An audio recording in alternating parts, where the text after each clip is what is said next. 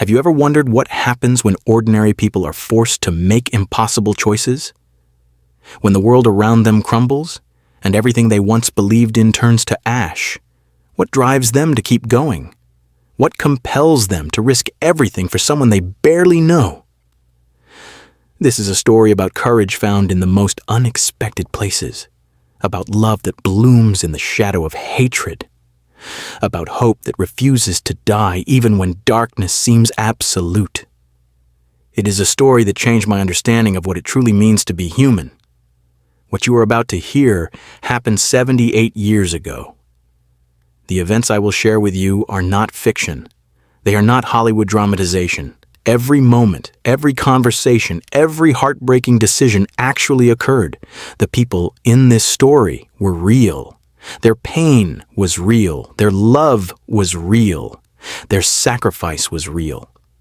I discovered this story 3 years ago while researching historical archives in a small European town.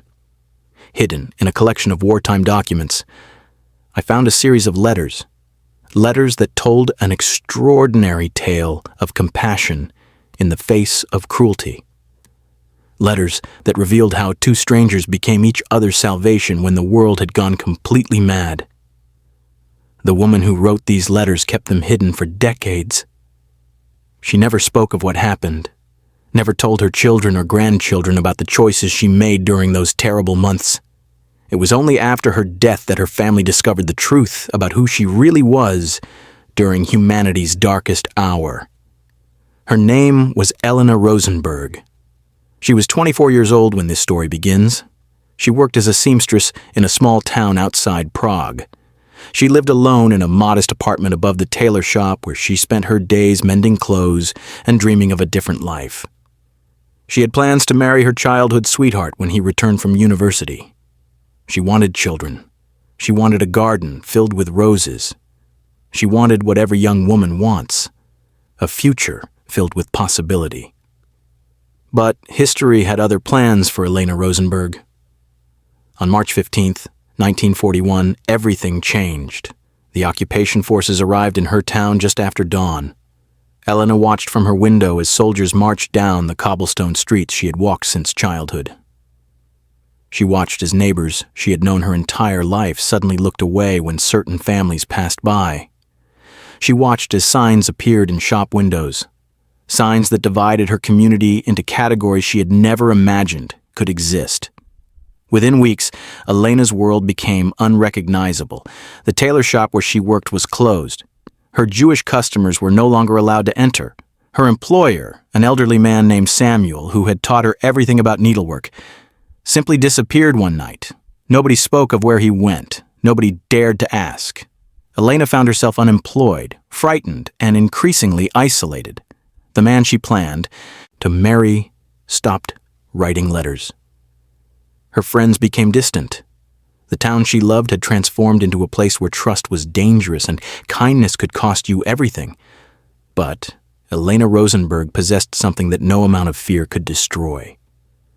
She possessed an unshakable belief in the fundamental goodness of human beings. She believed that even in the darkest circumstances, people could choose compassion over cruelty.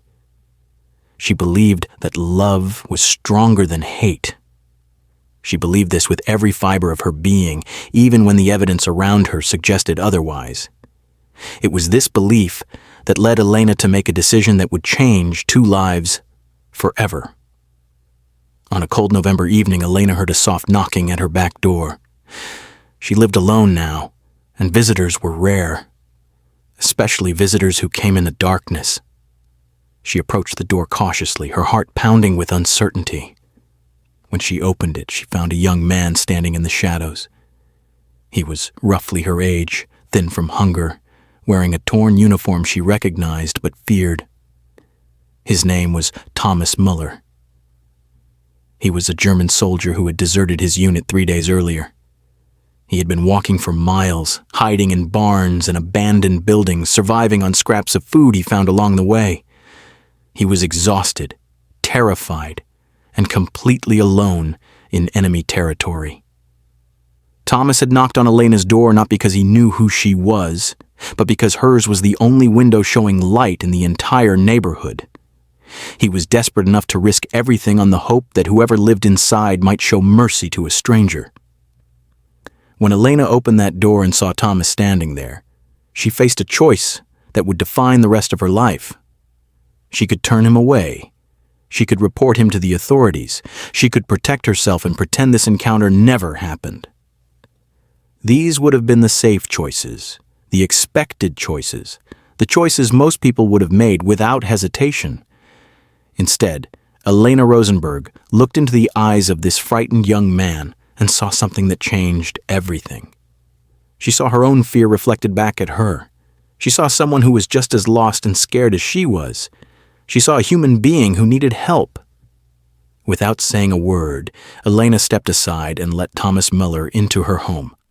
This single act of kindness set in motion a series of events that neither of them could have imagined. What began as one desperate night of shelter evolved into something far more profound. Over the following weeks, as Thomas hid in Elena's small apartment, they began to understand each other in ways that transcended the artificial boundaries the world had created around them. Thomas told Elena about his life before the war. He had been a teacher in a small German village. He loved literature and music. He had planned to become a professor someday. He spoke of his mother who baked bread every Sunday and sang while she worked in her garden. He talked about his younger sister who wrote him letters filled with drawings and jokes. He was not a monster. He was not evil. He was simply a young man who had been caught in circumstances beyond his control. Elena shared her own dreams and fears. She told Thomas about Samuel, the elderly tailor who had vanished.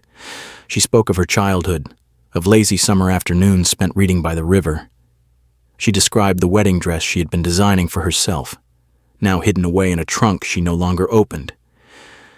She revealed her terror about what was happening to her community, her confusion about how neighbors could turn against neighbors so quickly. As days turned into weeks, something unexpected began to grow between them. It started as mutual understanding. It deepened into genuine friendship, and eventually, despite everything that should have kept them apart, it blossomed into love. This was not a love born of convenience or desperation. This was not a temporary arrangement designed to help them survive. This was real love, the kind that makes people willing to sacrifice everything for another person's happiness. The kind that makes people believe in tomorrow even when today seems hopeless. But their love existed in a world that had declared such feelings impossible. Elena was harboring an enemy soldier.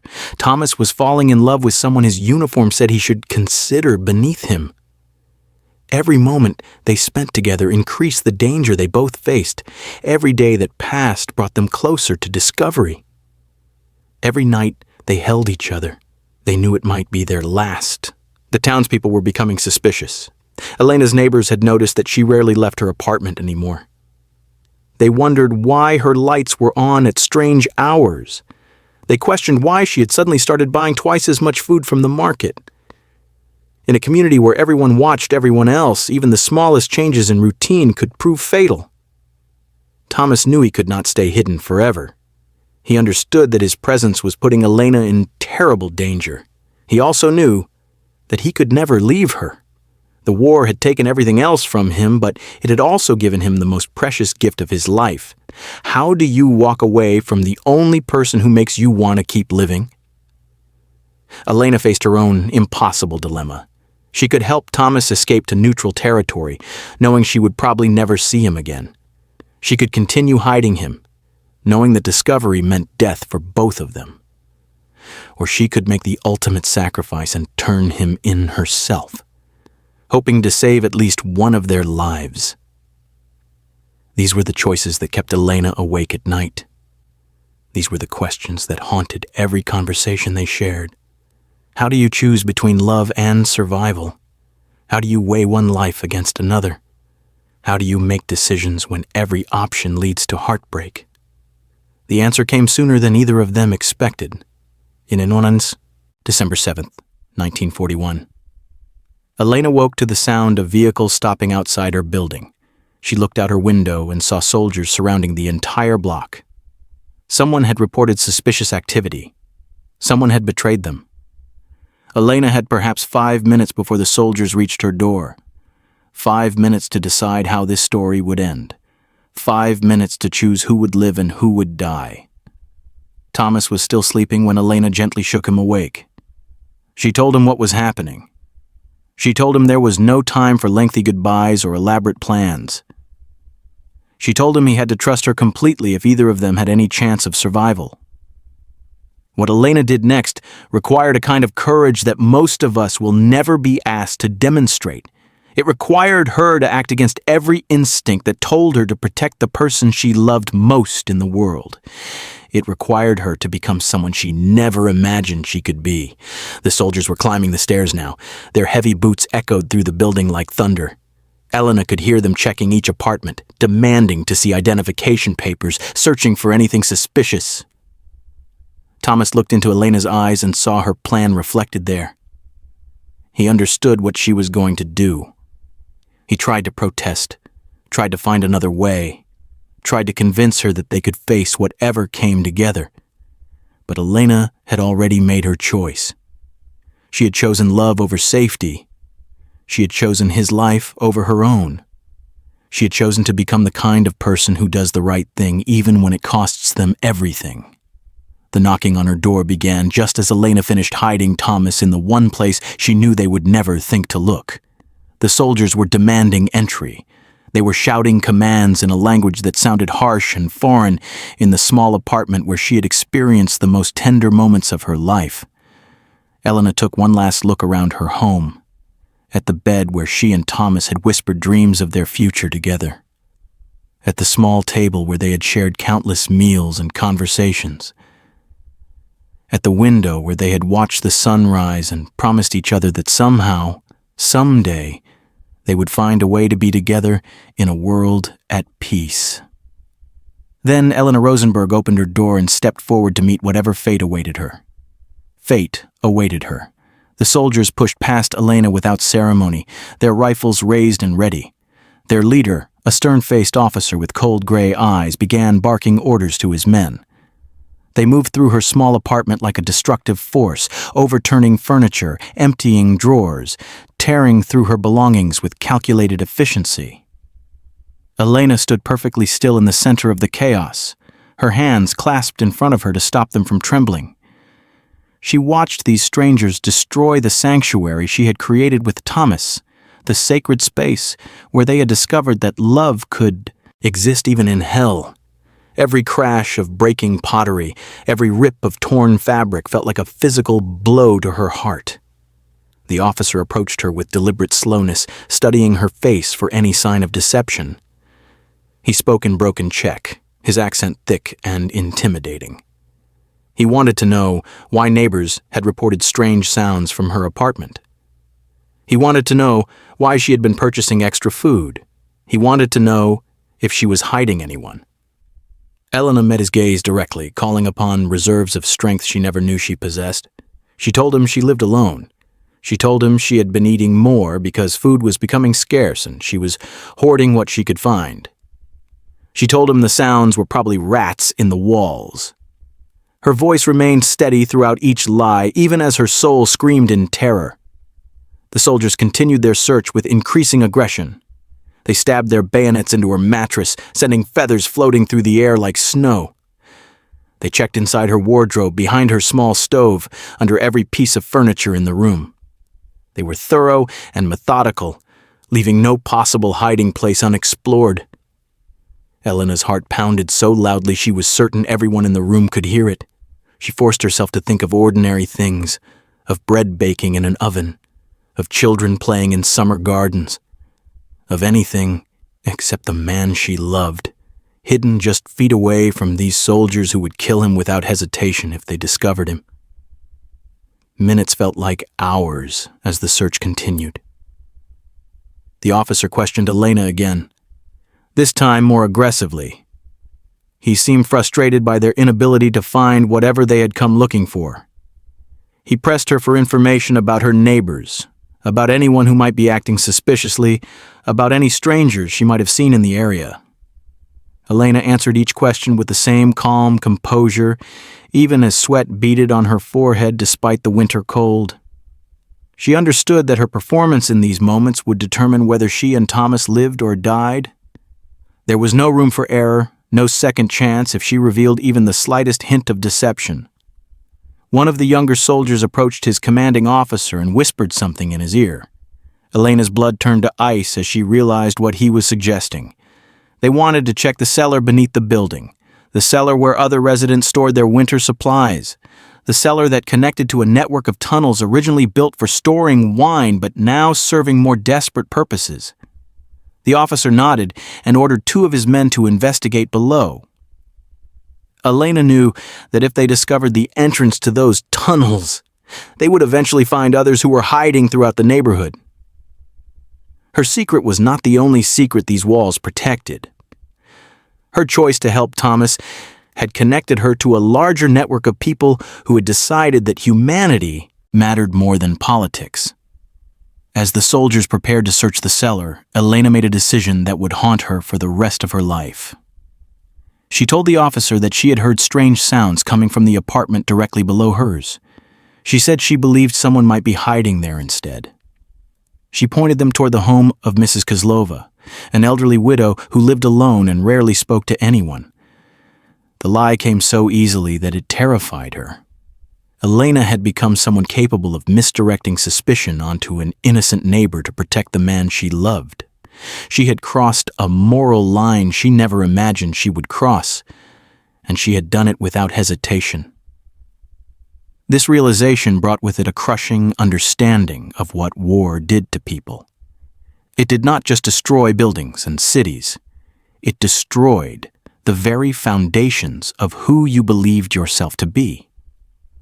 The officer considered her suggestion, studying her face for signs of manipulation.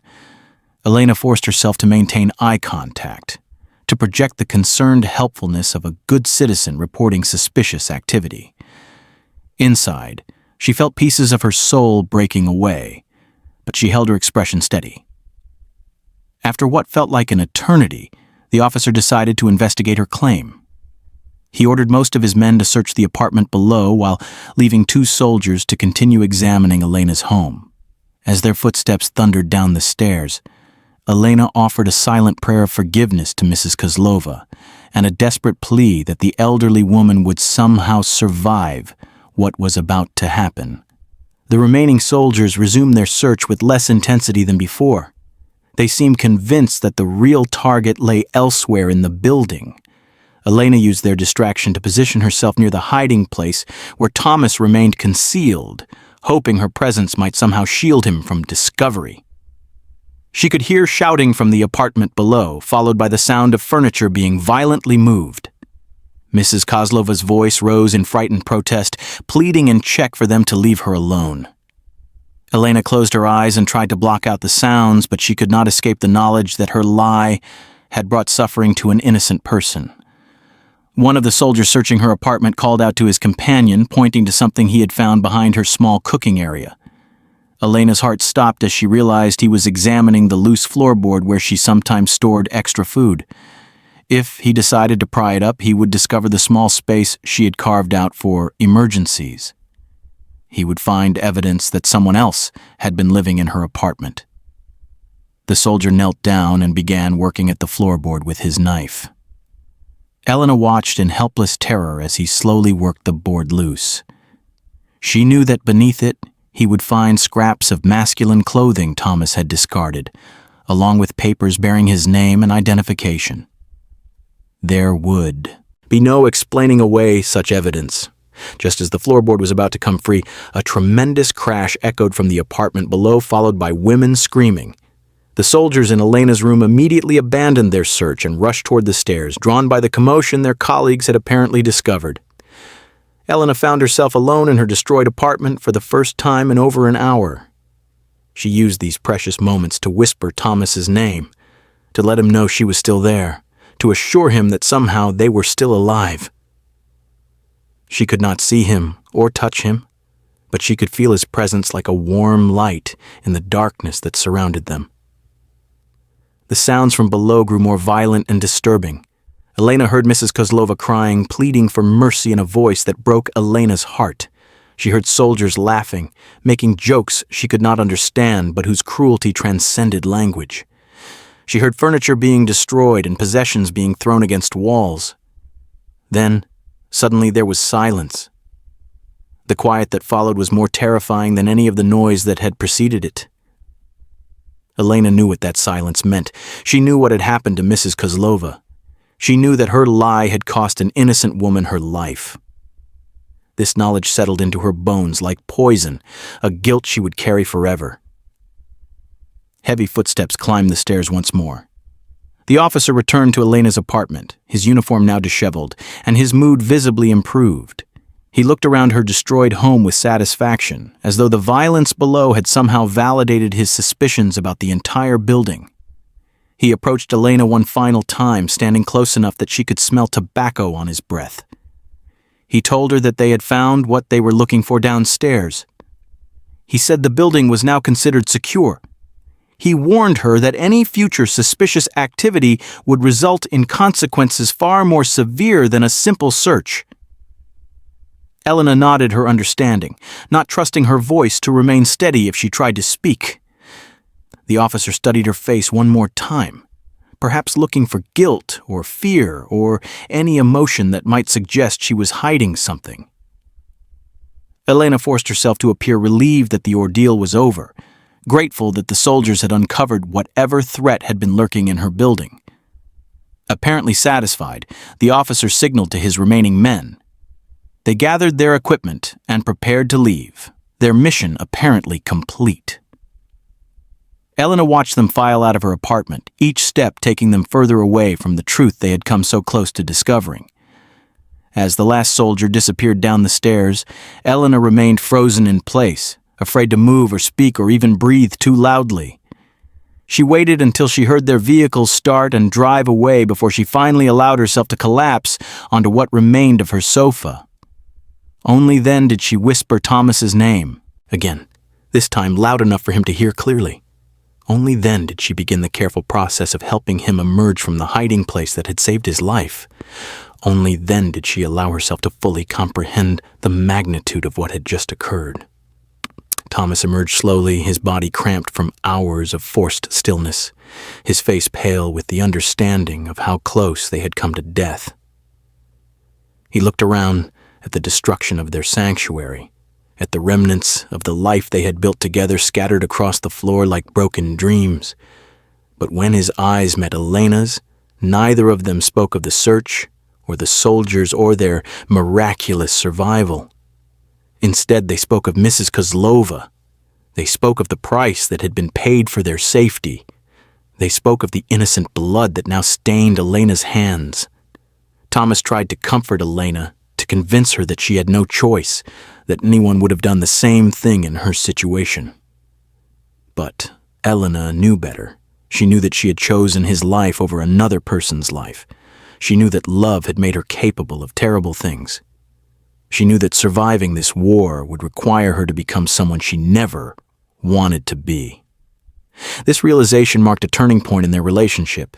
Their love remained as strong as ever, but it was now shadowed by the understanding of what they were willing to do to protect each other. They had entered a realm where moral certainties no longer existed, where good people were forced to make choices that would have been unthinkable in peacetime. The apartment they had shared was no longer safe. Too many people had seen the soldiers search the building. Too many questions would be asked about what had happened to Mrs. Kozlova. They needed to find somewhere else to hide, somewhere else to continue their impossible love affair in a world determined to destroy it. But where could they go? How could they start over when every day brought new dangers, new suspicions, new opportunities for betrayal? How could they rebuild their sanctuary when the war seemed to be expanding rather than ending, consuming more lives and destroying more communities with each passing month? These questions would soon be answered in ways neither Elena nor Thomas could have anticipated. Their story was far from over, In fact, the most challenging chapters lay ahead, chapters that would test not only their love for each other, but their very understanding of what it meant to remain human in an inhuman world. The war was about to demand even greater sacrifices from them, even greater moral compromises, even greater acts of courage and desperation. But it would also reveal the true depth of their commitment to each other and to the belief that love could survive anything, even the end of the world as they knew it. They knew it. That same night, while Elena and Thomas huddled together in the ruins of their destroyed apartment, they made a decision that would forever alter the trajectory of their story. They could not remain in this place where Mrs. Kozlova's blood had been spilled because of Elena's desperate choice. They could not continue living with the daily terror of discovery. They needed to disappear completely. Thomas knew of a place. During his days as a deserter, before finding Elena's door, he had discovered an abandoned farmhouse deep in the forest outside town. The family who once lived there had vanished months earlier, leaving behind only empty rooms and overgrown fields. It was isolated, forgotten, and dangerous in entirely different ways than the apartment they were leaving behind. Elena understood that moving to this farmhouse meant severing her last connections to the life she had known. She would be leaving behind not just her home, but her identity as Elena Rosenberg, the seamstress who had grown up on these streets. She would become someone new, someone without history or documentation, someone who existed only in the shadows between worlds. They waited until the darkest hour before dawn to make their escape. Elena packed only what they could carry in a single bag. A few changes of clothing, some bread she had saved, the letters from her childhood sweetheart that she could never bring herself to throw away, and a small photograph of her parents who had died when she was 17. Everything else remained behind, abandoned like the life she was choosing to leave. Thomas carried nothing from his old existence except the uniform he had learned to hate and the dog-eared book of poetry he had somehow managed to keep throughout his desertion. These few possessions represented the sum total of 2 lives that had been stripped of everything except each other. They moved through the empty streets like ghosts, staying close to buildings and avoiding the patches of moonlight that might reveal their figures to any watching eyes. Elena knew every alley and shortcut in her neighborhood, knowledge that now served a purpose she had never imagined when she was simply a young woman, walking to work each morning. The journey to the farmhouse took nearly 4 hours of careful walking through forests and fields. They avoided roads entirely, navigating by starlight and intuition through terrain that became increasingly wild and untamed. Elena's feet were bleeding by the time they reached their destination, but she made no complaint. Physical pain seemed insignificant compared to the emotional wounds they both carried. The farmhouse stood like a monument to interrupted dreams. Its windows were broken, its roof partially collapsed, its garden overrun with weeds that had grown tall enough to brush against the sagging front porch. But to Elena and Thomas, it looked like salvation. It looked like a place where they might be able to exist without fear, at least for a while. They spent their first week making the farmhouse habitable. Thomas repaired the roof using materials salvaged from a collapsed barn nearby. Elena cleaned the rooms and blocked the broken windows with boards and cloth to prevent light from escaping at night. They worked mostly in silence, both understanding that this place represented their last chance at something resembling a normal life together. The farmhouse had a well that still provided clean water and a cellar that had somehow remained dry despite years of neglect. There were fruit trees on the property that had continued producing apples and pears without human care. Most importantly, there were no neighbors for miles in any direction, no one to notice smoke from their chimney or wonder about footprints in the snow. As winter deepened around their isolated refuge, Elena and Thomas discovered a different kind of existence than they had known in town. Here, their days were structured around survival rather than hiding. They gathered firewood, preserved what food they could find, and prepared for the harsh months ahead. The work was physically demanding, but emotionally healing in ways neither of them had anticipated. For the first time since they had met, they could speak freely without whispering. They could move around during daylight hours without fear of being seen through windows. They could touch each other without constantly listening for footsteps on stairs or voices in hallways. The farmhouse gave them something they had never truly possessed before: privacy. In this privacy, their relationship deepened in ways that would have been impossible in the apartment where every moment was shadowed by terror. They began to dream together about futures that extended beyond mere survival. They talked about the children they might have someday, about the garden they would plant when spring arrived, about the books Thomas would write when the world returned to sanity. Elena taught Thomas how to cook with the limited ingredients they could forage or trade for in distant villages. Thomas read poetry aloud to Elena by firelight, his voice filling the empty rooms with beauty that seemed to push back against the darkness of their circumstances. They created routines and rituals that made their temporary sanctuary feel like a real home. But even in this isolated paradise, the war continued to intrude upon their happiness. They could hear planes flying overhead at night, their engines growing louder as the conflict intensified. Sometimes they saw smoke rising from distant towns, evidence of battles being fought just beyond their small world of safety. The radio Thomas had salvaged from the farmhouse brought news that grew more disturbing with each broadcast. The reports spoke of entire communities being destroyed, of mass deportations, of atrocities that seemed to grow worse rather than better as the war progressed. Elena and Thomas realized that their personal story was playing out against a backdrop of suffering so vast that it challenged their ability to maintain hope for humanity's future. During these dark moments, they clung to each other with desperate intensity. Their love became not just a source of comfort, but a form of resistance against the forces that sought to destroy everything beautiful in the world. Every kiss was an act of defiance. Every gentle word was a declaration that tenderness could survive even in hell. As winter gave way to early spring, Elena discovered she was pregnant. The realization came gradually, through small changes in her body that she initially attributed to stress and malnutrition. But as the signs became undeniable, Elena found herself facing a new kind of impossible choice. Bringing a child into their world of hiding and uncertainty seemed almost cruel. Yet the life growing inside her represented something precious beyond measure. Hope made manifest. When Elena told Thomas about the pregnancy, he wept with a combination of joy and terror that perfectly captured their situation. This child would be born into a world at war, to parents who officially did not exist, in a place where discovery meant death. But this child would also be living proof that love could create beauty even in the midst of absolute destruction. They began making preparations for a birth that would take place without doctors, without medical supplies, without any of the support systems that normally surrounded such events.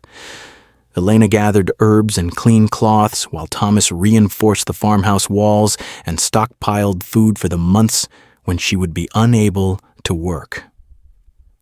They were creating a nursery in an abandoned house, preparing to welcome new life into a world determined to extinguish it.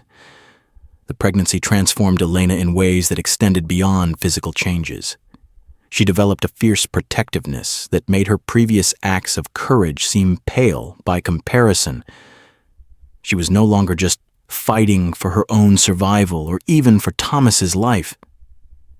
She was fighting for their child's right to exist in a world worth inheriting. Thomas experienced his own transformation during these months. The gentle teacher who had deserted his unit because he could not bear to cause suffering became someone capable of absolute ruthlessness when it came to protecting his growing family. He began making trips to distant villages, trading labor for supplies, always careful to present himself as a local farmer rather than a deserter in hiding. These expeditions were dangerous but necessary. They needed medical supplies for the birth, additional food for the winter ahead, and information about what was happening in the wider world. Each time Thomas left the farmhouse, Elena experienced hours of terror, wondering if he would return. Each time he came back safely, they both felt as though they had been granted another small miracle. During one of these trips, Thomas learned something that changed everything. The war was turning. Allied forces were advancing from both east and west. The occupation that had seemed permanent was beginning to crumble.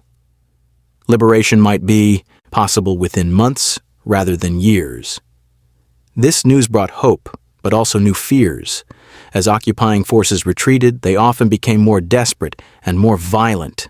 Communities that had endured years of oppression sometimes faced their worst atrocities in the final months before liberation. Elena and Thomas realized that surviving until freedom arrived might be more difficult than anything they had already endured.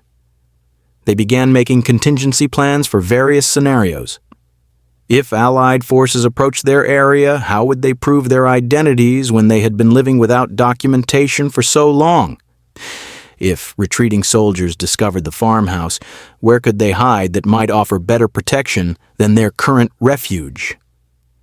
If Elena went into labor during a period of active fighting, how would they manage without being able to call for help? These questions became more urgent as Elena's pregnancy progressed and the sounds of war grew closer to their isolated sanctuary. Some nights, they could see flashes of artillery fire lighting up the horizon. Some days, they heard the rumble of tanks and trucks moving along roads they could not see but knew were nearby. Elena's pregnancy reached full term during the most chaotic period of the war's conclusion in their region. Retreating forces were moving through the forest around their farmhouse, while advancing Allied units pursued them. The couple found themselves trapped between two armies, unable to reveal themselves to either side without risking everything they had fought to preserve. Labor began on a night when the sound of gunfire seemed closer than ever before. Elena's contractions started just as explosions began lighting up the sky to the east. Thomas realized that their child would be born into a world literally exploding around them, entering life at the exact moment when death seemed to surround their small sanctuary. Elena labored through the night while battles raged in the distance. Thomas held her hand and whispered encouragement while machine gun fire echoed through the forest. Between contractions, Elena listened to the sounds of war and wondered what kind of world she was bringing her child into. Would this baby grow up in freedom or in a new form of oppression? Would their love story have a happy ending, or would it conclude in tragedy just as liberation seemed within reach? The baby was born just as dawn broke over a landscape transformed by war. As Elena held her newborn daughter for the first time, she looked out through the farmhouse window and saw soldiers in unfamiliar uniforms walking through their forest. These were not the occupying forces they had learned to fear. These were the liberating armies they had dreamed of seeing. But liberation brought its own complications. Elena and Thomas faced the challenge of rejoining a world they had been hiding from for over a year. They needed to explain where they had been, how they had survived, and why they were together when their backgrounds should have made such a relationship impossible. They needed to prove their identities to authorities who might view their story with suspicion rather than sympathy. Most importantly, they needed to decide what their future would look like now that they were free to make choices without the constant threat of discovery and death. The war that had brought them together was ending. The circumstances that had made their love both precious and dangerous were disappearing. Who would they become when they no longer needed to hide? These questions would define the final chapter of their extraordinary story, the chapter where Elena and Thomas would discover whether love born in darkness could survive in the light of a new world. The chapter where they would learn if the people they had become while fighting for survival could build the peaceful life they had dreamed of during their darkest moments. Their daughter's first cry had announced not just a new life, but a new beginning for all three of them. A beginning that would test whether the bonds forged in wartime could create a foundation strong enough to support a lifetime of ordinary happiness. A beginning that would reveal the true meaning of the courage they had displayed when the world demanded impossible choices from ordinary people who chose love over fear, hope over despair, and humanity over hatred. The liberation forces found Elena, Thomas, and their newborn daughter 3 days after the fighting in their area had ceased. A patrol of Allied soldiers searching abandoned buildings for survivors and stragglers discovered the small family in the farmhouse that had sheltered them through the final months of the war. The encounter could have ended in disaster. Thomas was still technically a deserter from the German army. Elena had no documentation proving her identity or explaining her presence in an abandoned house with an enemy soldier. Their infant daughter had been born without any official record of her existence. To the liberating forces, they might have appeared to be fugitives or collaborators rather than survivors. But fate intervened in the form of Captain James Morrison, a British officer who spoke fluent German and had spent years studying European languages before the war. When Thomas began explaining their situation in broken English, Morrison recognized something in his voice that went beyond mere desperation. He heard the cadence of an educated man, the vocabulary of someone who had read literature and understood poetry. Most importantly, he heard the truth. Morrison made a decision that would change 3 lives forever. Instead of arresting Thomas or questioning Elena's story, he chose to listen. For over an hour, sitting in the ruins of the farmhouse kitchen while Elena nursed their baby, Thomas told their complete story. He spoke of his desertion, of finding Elena's door, of the months they had spent hiding from a world gone mad.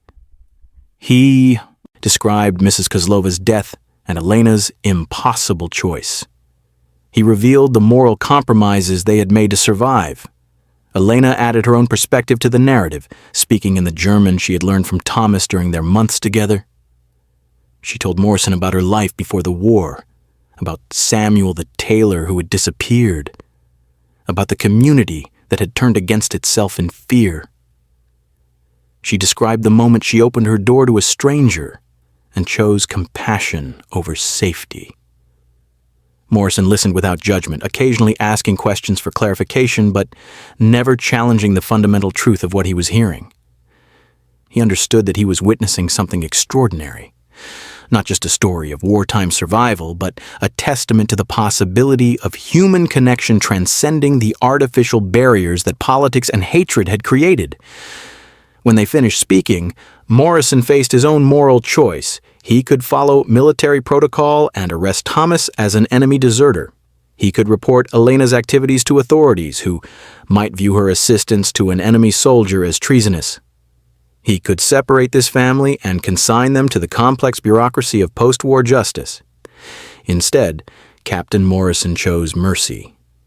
He chose to see Elena and Thomas not as enemy and collaborator, but as 2 people who had found love in impossible circumstances and created something beautiful despite the world's determination to destroy it. He chose to see their daughter not as the child of an enemy soldier, but as an innocent life that deserved protection and possibility. Morrison arranged for forged documentation that would allow the family to travel safely to a displaced persons camp, where they could begin the process of rebuilding their lives.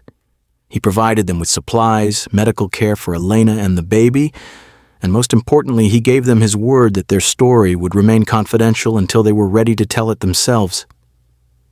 The journey to the displaced persons camp took 2 weeks of careful travel through a landscape scarred by war. Elena and Thomas saw for the first time the full extent of the destruction that had surrounded their peaceful farmhouse. Entire towns had been reduced to rubble. Bridges lay twisted in rivers. Forests bore the scars of artillery bombardments and tank battles, but they also saw signs of renewal beginning to emerge from the devastation. People were clearing debris from streets and replanting gardens. Children were playing in ruins that would someday become playgrounds again. Refugees were reuniting with families they had feared were lost forever. The human capacity for recovery was asserting itself even before the physical reconstruction could begin. The displaced persons camp, where they found temporary shelter, housed thousands of people whose lives had been shattered by the war. There were Holocaust survivors searching for family members, former prisoners of war trying to return to homelands that might no longer exist, and refugees from dozens of countries who had lost everything except their determination to build new lives. In this community of the displaced, Elena and Thomas discovered they were not unique. Everywhere around them were people who had made impossible choices, who had survived through moral compromises they never imagined they would make, who carried guilt and gratitude in equal measure. They found others who understood the complex emotions that came with surviving when so many had not. Elena gave birth to their second child, a son, in the camp's makeshift hospital 18 months after the war ended. This birth was different from their daughter's dramatic entrance into the world. There were doctors and nurses, clean sheets, and proper medical equipment, friends from the camp who brought small gifts and offered congratulations. Their son was born into a world at peace, to parents who officially existed in a place where love was celebrated rather than hidden. The growing family faced new challenges as they worked toward permanent resettlement. Thomas needed to prove his qualifications as a teacher to education officials who were skeptical of his wartime experiences. Elena struggled to find work that would utilize her skills as a seamstress while also caring for two small children. They both grappled with the psychological aftermath of their years in hiding, the nightmares and anxiety that followed them even into safety. But they also discovered joys they had never dared to imagine during their darkest moments. Their daughter took her first steps in the camp's communal courtyard while other families cheered her progress. Their son spoke his first words in 3 languages, having absorbed German from his parents, English from the camp administration, and Czech from elderly refugees who delighted in teaching him songs from their homeland. Most remarkably, Elena and Thomas found that their love, which had been forged in desperation and maintained through terror, grew stronger rather than weaker in peaceful circumstances. They had worried that their relationship might have been sustained primarily by shared danger, that ordinary life might reveal incompatibilities that crisis had masked. Instead, they discovered that their bond had been built on foundations deeper than mere survival. They married officially in the camp chapel 2 years after the war ended. The ceremony was simple but profound. Captain Morrison, who had maintained contact with them throughout their time in the camp, served as Thomas's best man. Elena wore a dress she had sewn herself from fabric donated by other refugees. Their children, now toddlers, served as flower girl and ring bearer, stumbling down the aisle with the innocent joy that their parents had fought so hard to preserve. The wedding represented more than just the legal formalization of their relationship. It symbolized their transition from survivors to citizens, from refugees to residents, from people defined by what they had endured to people ready to create new futures. They were no longer Elena and Thomas who had hidden from the war. They were now Elena and Thomas who would build lives worthy of the sacrifices made for their survival. Their opportunity for permanent resettlement came in the form of sponsorship from a church congregation in a small American town. The congregation had volunteered to help refugee families establish new lives in their community, providing housing, employment assistance, and the social support necessary for successful integration. The decision to emigrate to America was difficult. It meant leaving behind the European landscape where their love story had unfolded, abandoning any remaining connections to their pre-war identities, and starting completely over in a place where they would always be foreigners with accented English and complicated histories. But it also represented the ultimate expression of the hope that had sustained them through their darkest moments. America offered their children the possibility of growing up without the shadows of war, without the ethnic and religious divisions that had torn Europe apart, without the fear that had defined their own young lives. The ocean crossing took 2 weeks aboard a converted military transport ship filled with other refugee families seeking new beginnings. Elena spent much of the voyage standing at the ship's rail, holding her children and watching the horizon where their new country waited. She thought often during those long days about the choices that had brought them to this moment. She remembered the night Thomas had knocked on her door, the decision she had made in an instant that had changed everything. She remembered Mrs. Kozlova and the terrible price that had been paid for their survival. She remembered the farmhouse where their daughter had been born, the displaced persons camp where their son had taken his first steps, and all the people who had helped them along the way. Most of all, she remembered the moment when she had realized that love was not just an emotion but a choice. A choice she had made every day for years, even when that choice seemed likely to destroy her. A choice that had created not just a family, but a testament to the possibility of goodness surviving in a world determined to extinguish it. Thomas spent the ocean crossing writing in a journal he had started keeping in the displaced persons camp. He was documenting their story not for publication but for their children, so that someday they would understand the journey that had brought them into existence. He wrote about the teacher he had been before the war, the deserter he had become during it, and the father he was learning to be after it.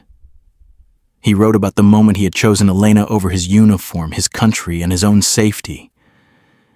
He wrote about the gradual process of learning that identity was not something fixed by birth or nationality, but something created through the choices one made in moments of crisis. He wrote about discovering that home was not a place but a person, and that family was not just blood, but commitment. When the ship finally docked in New York Harbor, Elena and Thomas stood together at the rail with their children in their arms, looking up at the Statue of Liberty that welcomed them to their new country. They had traveled further than the distance between Europe and America. They had journeyed from a world that said their love was impossible to a place that promised it could flourish. The small town that became their new home was nothing like the European communities where they had been born. The landscape was different. The customs were unfamiliar, and the language still felt foreign in their mouths despite years of practice. But the people who welcomed them understood something essential about their story without needing to know all the details. Thomas found work teaching in the local high school where his accent and his intensity made him a popular instructor among students who had never met anyone with direct experience of the world beyond their small community. Elena established a tailoring business that grew from mending clothes for neighbors to creating custom garments for special occasions throughout the region.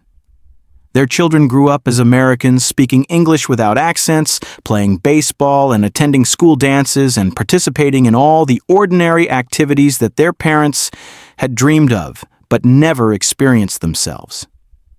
Yet, Elena and Thomas made sure their children also knew the languages of their heritage, the stories of their grandparents, and the history that had shaped their family's journey to this peaceful place.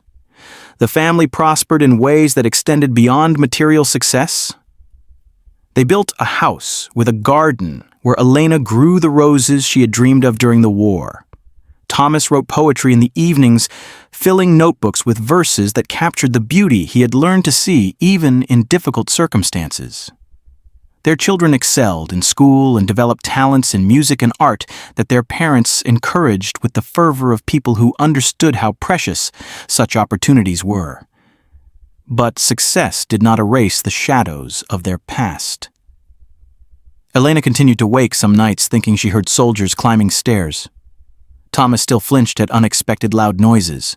They both carried guilt about Mrs. Kozlova and the other innocent people who had paid prices for their survival.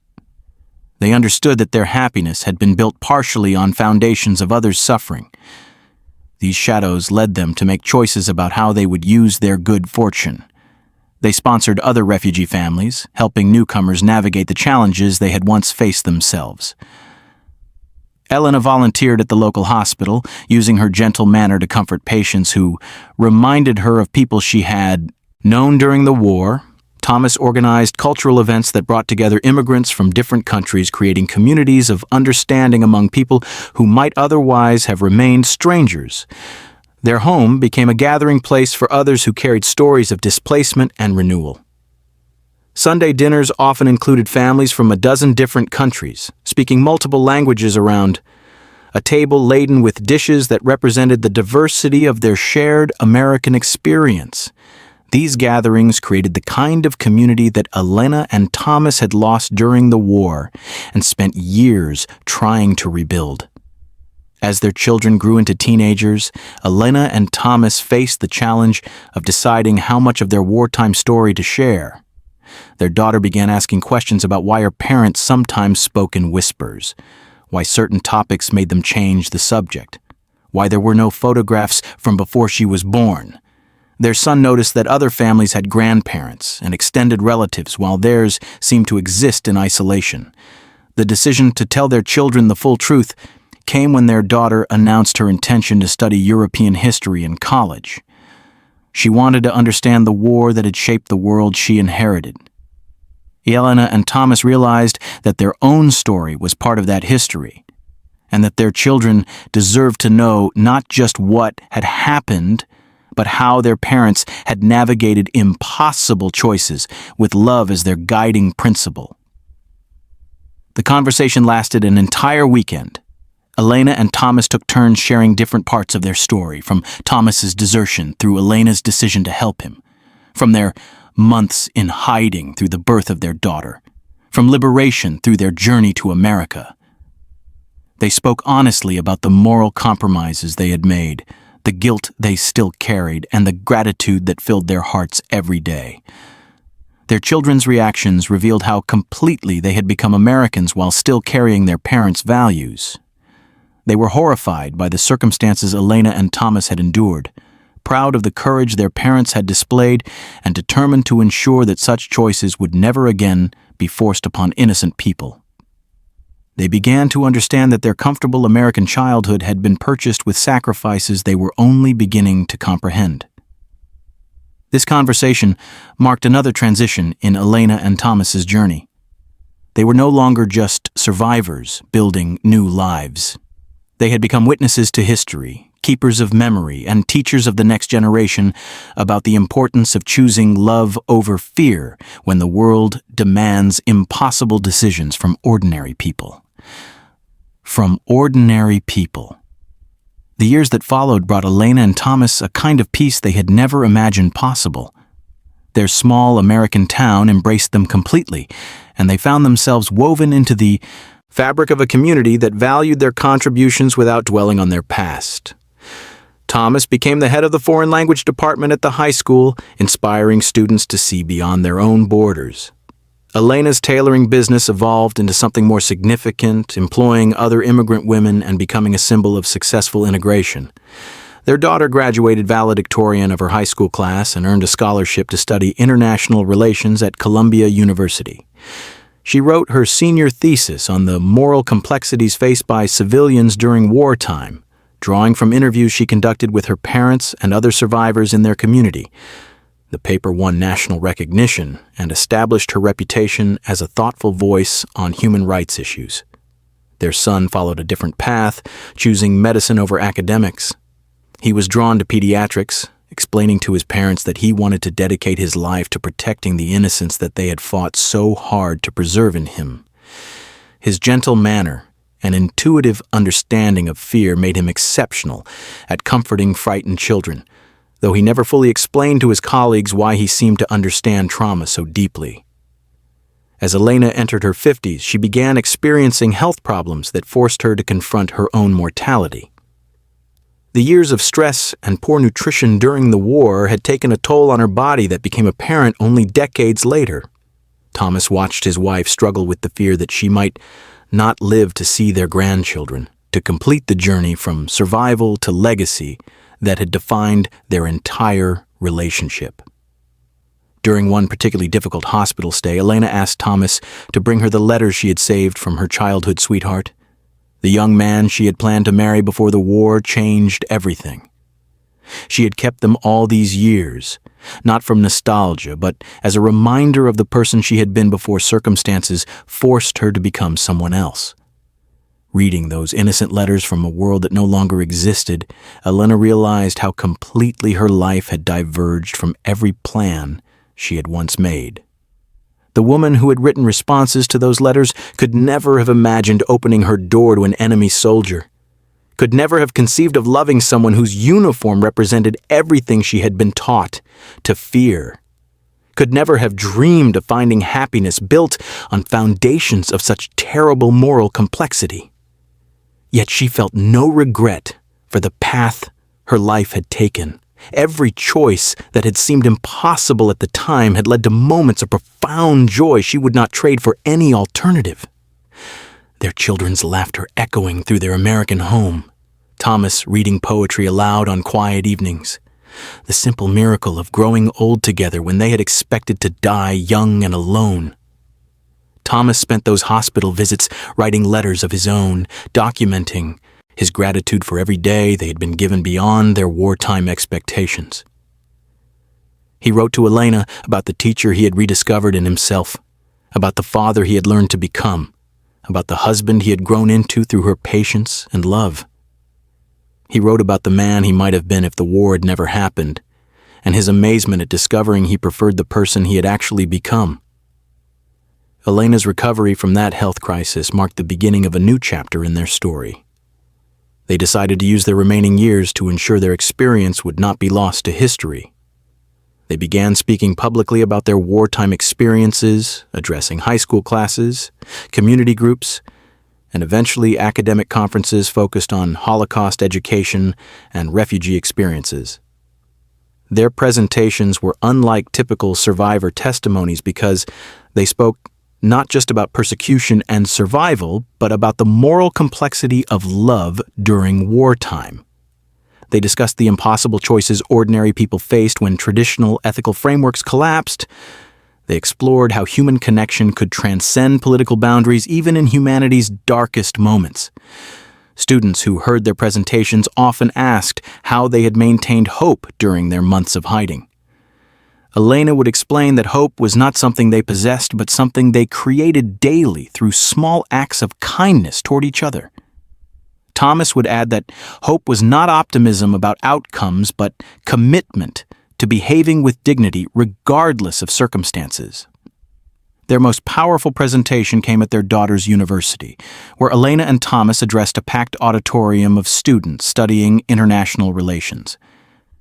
They spoke for 2 hours without notes, taking turns sharing different aspects of their story while their daughter watched from the front row with tears streaming down her face. The standing ovation that followed lasted nearly 10 minutes, but what moved Elena and Thomas most deeply were the questions that came afterward. Young people wanting to understand how to make moral choices in ambiguous situations, students grappling with their own family histories of displacement and trauma, idealistic individuals seeking guidance on how to maintain humanity in inhuman circumstances. One young woman asked Elena how she lived with the guilt of Mrs. Kozlova's death. Elena's answer surprised even Thomas with its honesty. She explained that guilt was not something to overcome, but something to carry responsibly. She said the weight of that innocent woman's death had made every subsequent day more precious, every act of kindness more intentional, every choice more carefully considered. Thomas was asked whether he regretted deserting his unit, abandoning his duty to his country and his fellow soldiers. His response revealed how completely he had integrated the complexity of his wartime experience. He said he regretted the circumstances that made desertion feel necessary, but he could not regret choosing love over hatred, mercy over violence, connection over division. Their public speaking led to unexpected recognition. A documentary filmmaker approached them about telling their story on screen. A publisher expressed interest in their memoirs. A university offered Thomas a visiting professorship to teach courses on ethics during wartime. These opportunities forced them to consider how much of their private story they wanted to share with the wider world. The decision came down to their grandchildren, who were just beginning to understand their family's unique history. Elena and Thomas realized that their story would be passed down through generations, and they wanted to ensure it was told completely and honestly, rather than mythologized or simplified. They agreed to the documentary project with the understanding that it would explore not just their love story, but the moral complexities that made their choices both inspiring and troubling. The filming process took over a year and required them to revisit memories they had spent decades learning to manage. They traveled back to Europe for the first time since their emigration, standing in locations where their story had unfolded. The farmhouse where their daughter was born had been restored as a memorial to displaced persons. The town where Elena had lived was now a thriving community that bore little resemblance to the fearful place they remembered. Most emotionally challenging was visiting the site where Mrs. Kozlova's apartment building had stood. It was now a small park with a memorial listing the names of all the civilians who had died in that neighborhood during the war. Elena stood before Mrs. Kozlova's name carved in stone, finally able to speak aloud the apology she had carried silently for decades. Thomas filmed his portions of the documentary in a rebuilt classroom similar to the one where he had taught before the war. Speaking to the camera, he reflected on how his understanding of education had been shaped by his wartime experiences. He explained that true learning required grappling with moral ambiguity rather than seeking simple answers to complex questions. The documentary premiered at several international film festivals before being broadcast nationally. The response exceeded everyone's expectations. Viewers around the world connected with Elena and Thomas's story, not because it provided easy answers about good and evil, but because it honestly explored how decent people navigated impossible circumstances. Letters poured in from families dealing with their own legacies of wartime trauma, from young people struggling with moral decisions in their own lives, from educators seeking resources to teach about the complexity of human behavior during crisis. Elena and Thomas found themselves inadvertently becoming counselors to people they had never met, but whose struggles resonated with their own experiences.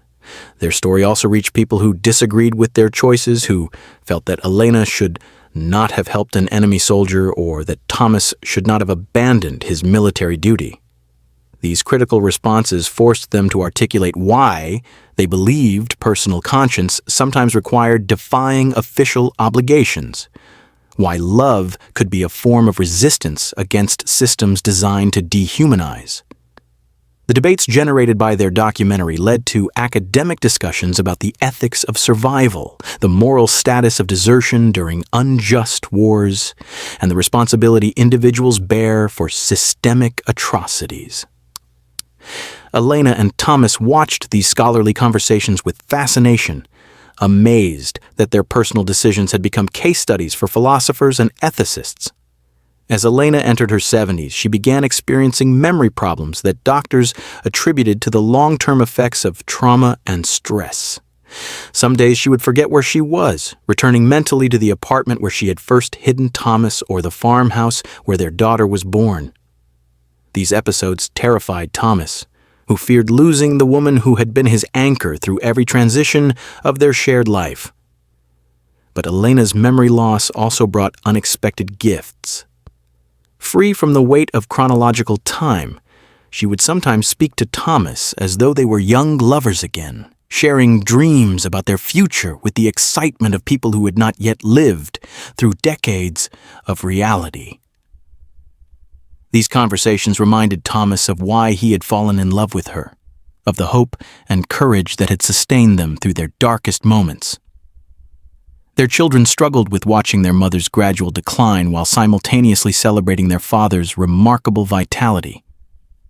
Thomas, now in his mid-70s, remained sharp and energetic, taking care of Elena with the same devotion he had shown during their wartime hiding. He read to her daily, cooked her favorite meals, and maintained the garden she could no longer tend but still loved to observe from their kitchen window. The family gathered for Elena's 75th birthday, a celebration that brought together their children, grandchildren, and the extended community of friends they had accumulated over 3 decades in America. Elena was having one of her clearer days, recognizing everyone present and participating fully in conversations about family memories and future plans. During the birthday dinner, their granddaughter asked Elena what advice she would give to young people facing difficult choices. Elena's response was immediate and clear, as though she had been preparing this answer for decades. She said that choosing love over fear was not always the right decision, but it was always the brave decision. She said that sometimes the most important choice was not what you did, but who you became through doing it. Thomas added that their story proved ordinary people were capable of extraordinary moral courage when circumstances demanded it.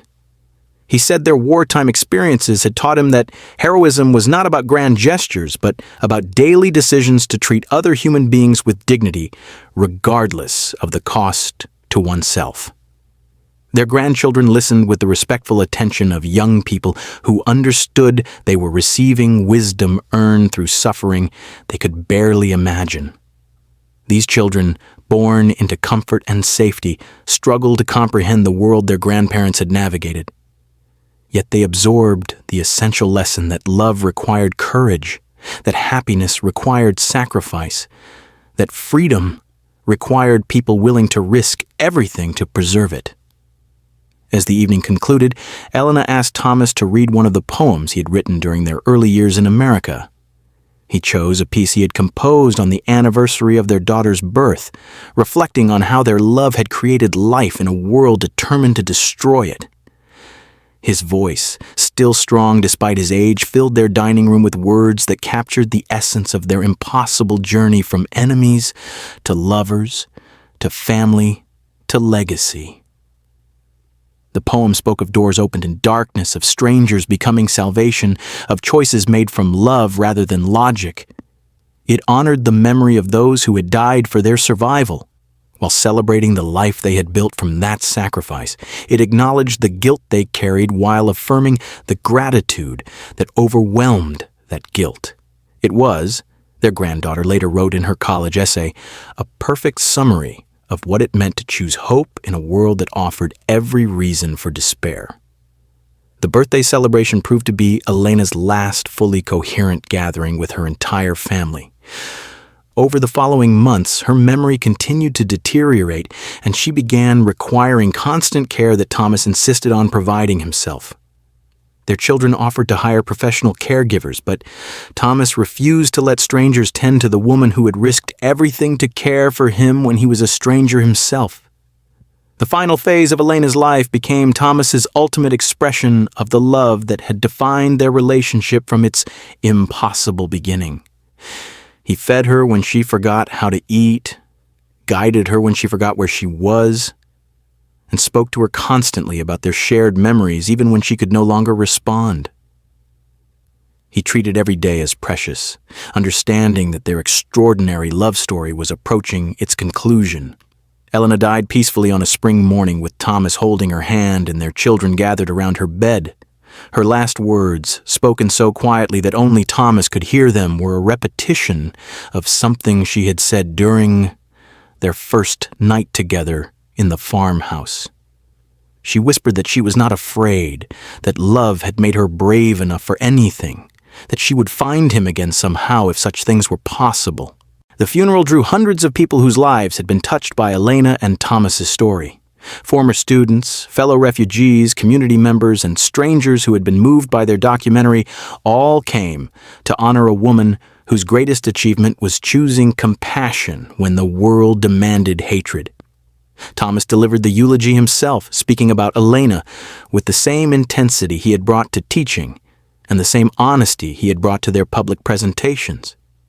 He said that Elena had saved his life not just by opening her door during the war, but by showing him every day afterward what it meant to choose love as a way of being in the world. He concluded by reading the last letter Elena had written to him, composed during one of her final clear moments. In it, she thanked him for giving her a life more beautiful than any she could have imagined, for teaching her that home was not a place but a person, for proving that love could indeed survive anything the world might demand of it. After Elena's funeral, Thomas faced a solitude more profound than anything he had experienced since those desperate days as a deserter, wandering through foreign forests. The house they had filled with laughter and conversation for 30 years now echoed with memories that seemed to whisper from every corner. Her sewing basket remained exactly where she had left it. Her reading glasses still marked the page in the novel she would never finish. Their children urged Thomas to move closer to them, to sell the house and relocate somewhere he would not be surrounded by constant reminders of loss. But Thomas understood something they could not yet grasp. These reminders were not sources of pain, but treasures beyond measure. Every object Elena had touched carried part of her spirit. Every room held conversations they had shared. Leaving this place would mean abandoning the physical foundation of their love story. Instead, Thomas began a project that would occupy the remaining years of his life. He started writing their complete story, not for publication, but for preservation. He wanted to capture every detail while his memory remained clear, to create a record that would survive long after he joined Elena in whatever came next. He wrote in the early morning hours when the house was quietest, filling notebook after notebook with memories that poured from his pen like water from a broken dam. The writing process forced Thomas to confront aspects of their story he had never fully examined. He found himself analyzing Elena's decision to help him, not just as an act of kindness, but as a moment of moral clarity that had shaped everything that followed. He explored his own transformation from soldier to deserter to teacher to husband to father, tracing the evolution of identity through choices made under pressure. Most challenging was his attempt to understand Mrs. Kozlova's death and Elena's role in it. He wrote page after page, trying to capture the impossible position Elena had faced that night, the split-second decision between saving a stranger and protecting the man she loved. He explored the guilt they had both carried and the way that guilt had made them more compassionate rather than more bitter. Thomas also wrote about their children, documenting how the war's legacy had shaped the next generation in ways both visible and hidden. He described their daughter's passion for human rights work, her determination to prevent future atrocities through legal advocacy and international cooperation.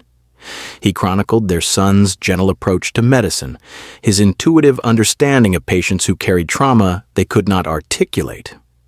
The grandchildren appeared frequently in these pages as well.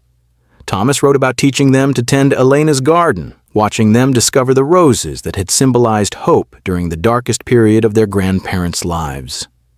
He described conversations around the dinner table where 3 generations grappled with questions of identity, belonging, and moral responsibility. As Thomas approached his 80th birthday, he began experiencing health problems that reminded him of his own mortality. Unlike Elena's gradual cognitive decline, his body was simply wearing out from decades of use. His hands, which had once repaired farmhouse roofs and graded thousands of student papers, now trembled when he tried to write. His eyes, which had watched for soldiers in forest shadows and later read bedtime stories to children, grew cloudy with cataracts. But his mind remained sharp, filled with memories that seemed to grow more vivid rather than fainter with age. He could recall conversations with Elena from 50 years earlier, with perfect clarity, while forgetting what he had eaten for breakfast.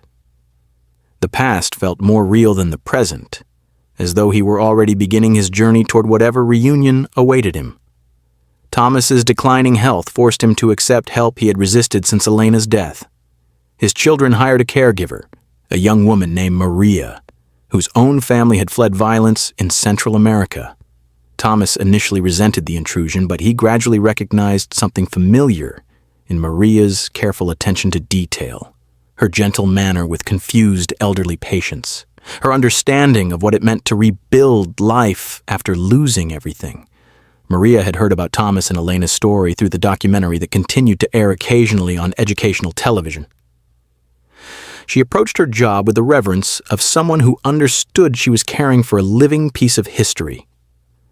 She listened patiently as Thomas shared memories, asked thoughtful questions about his writing project, and encouraged him to continue documenting their story despite his physical limitations.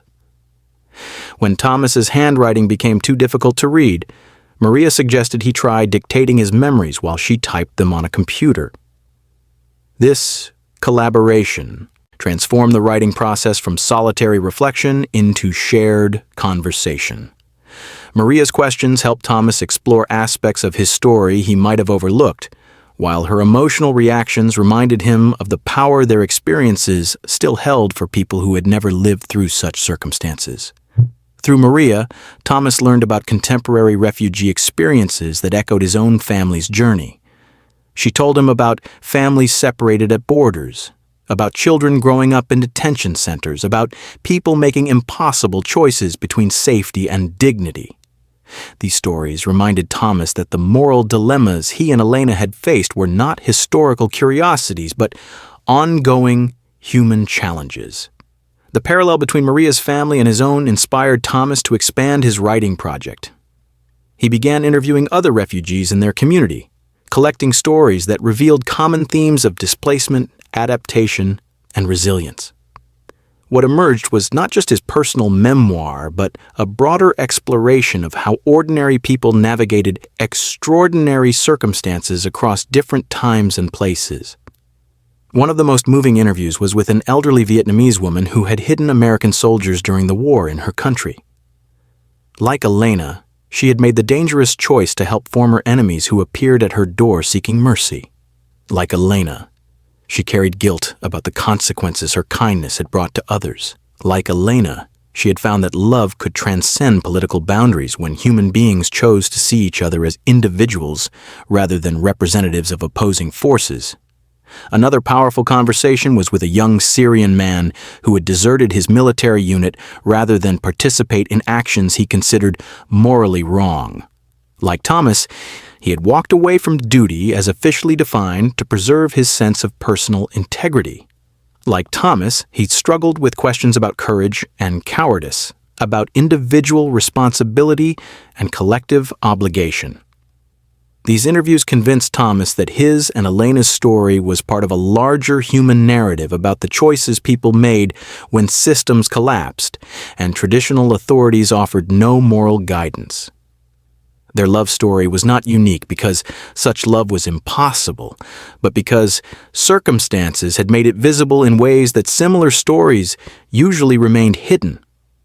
As Thomas's 80th birthday approached, his family planned a celebration that would also serve as a kind of living memorial to Elena and their shared legacy. The gathering would include not just relatives, but the extended community of people whose lives had been touched by their story. Former students, fellow refugees, friends from their church, and people who had responded to their documentary would come together to honor a love that had transcended the circumstances of its origin. The birthday party took place in the community center where Elena had once taught citizenship classes to new immigrants. The walls were decorated with photographs spanning Thomas's entire life, from his university days in Germany through his teaching career in America. But the centerpiece of the display was a series of letters Elena had written to their children over the years, sharing wisdom about marriage, family, and the importance of choosing love even when it seemed impossible. Thomas's granddaughter, now a sophomore at her mother's alma mater, had organized a presentation of her grandfather's collected writings. She read excerpts from his memoir while slides showed photographs of the places where their story had unfolded. Her voice carried Elena's cadence, Thomas noticed, the same rhythm of speech that had first captured his attention when he heard Elena moving around her apartment during those early days of hiding. The most emotional moment came when Maria read a letter Elena had dictated to her shortly before her death. In it, Elena addressed future generations of their family, sharing her hope that they would remember her and Thomas not as victims of war, but as examples of how human beings could choose connection over division, understanding over hatred, love over fear. Elena's letter concluded with advice that summarized everything she had learned through decades of navigating impossible choices. She wrote that courage was not the absence of fear, but the decision to act rightly despite being afraid. She said that love was not a feeling, but a commitment renewed daily through small acts of kindness and large gestures of sacrifice. She reminded her descendants that freedom was not a gift to be taken for granted, but a responsibility to be honored through service to others who still sought liberation from various forms of oppression. The celebration continued late into the evening, with guests sharing their own stories of how Elena and Thomas had influenced their understanding of moral courage. Former students spoke about lessons that extended far beyond language instruction. Fellow refugees described how the couple's example had helped them navigate their own integration challenges. Community members reflected on how witnessing such enduring love had strengthened their own relationships.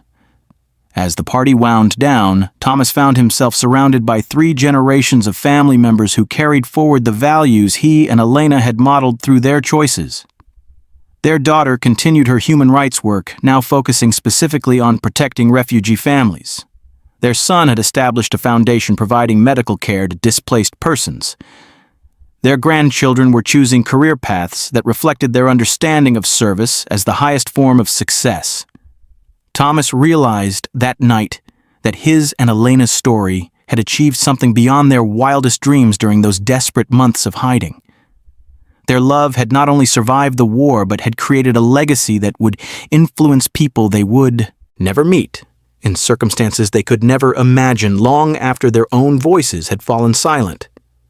The writing project that had begun as personal reflection had evolved into something approaching completion.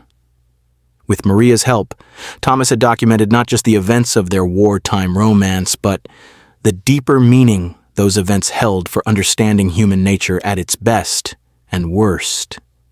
The manuscript had grown to include photographs, letters, interviews, and reflections that painted a complete picture of how 2 people had chosen love in a world that seemed determined to make such choices impossible.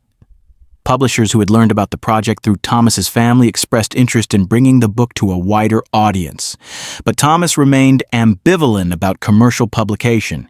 He had written these words for his family, for his community, and for future generations who might face similar moral challenges. The idea of profit from their story felt somehow inappropriate, though he understood that wider distribution might help other people navigate their own impossible choices.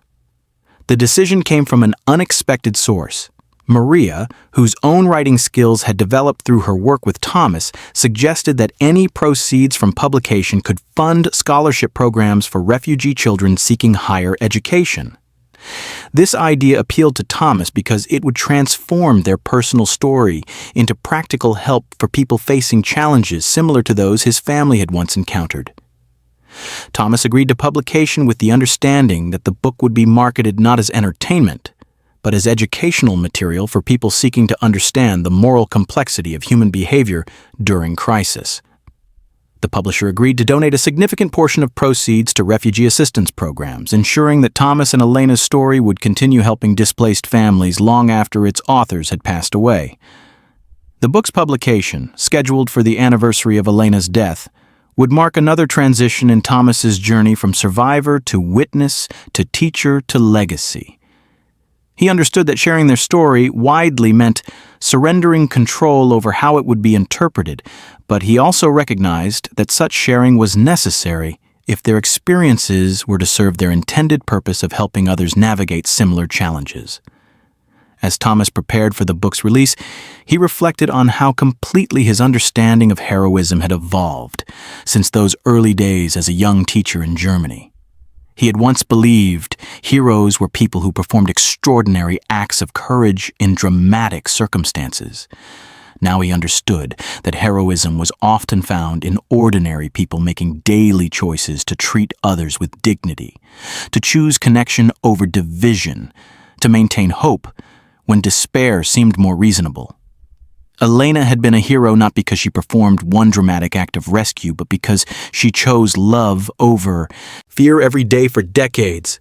She had been heroic in opening her door to a stranger, in protecting that stranger despite the danger, in choosing to build a life with him despite social expectations, in raising children who understood service as the highest calling, in facing her final illness with grace and gratitude rather than bitterness and complaint. Thomas recognized his own heroism not in his decision to desert his military unit, but in his choice to become someone worthy of Elena's sacrifice. He had been heroic in learning to love across cultural and linguistic barriers, in building a family that honored both their individual histories and their shared future, in teaching students to see beyond prejudice and nationalism, in caring for Elena through her final illness with the same devotion he had shown during their wartime hiding. Their children and grandchildren were heroes in their own ways, carrying forward values learned through example rather than lecture. choosing careers that served others rather than simply pursuing personal advancement, maintaining connections to their complex heritage while fully embracing their American identity. Most importantly, Thomas understood that their story's real heroes were the people who had helped them along the way, often at great personal risk. Captain Morrison, who had chosen mercy over military protocol. The displaced persons camp administrators who had seen humanity rather than paperwork. The church congregation that had sponsored their immigration. The American community that had welcomed them without demanding they abandon their past. Maria, who had treated her caregiving work as an honor rather than just employment.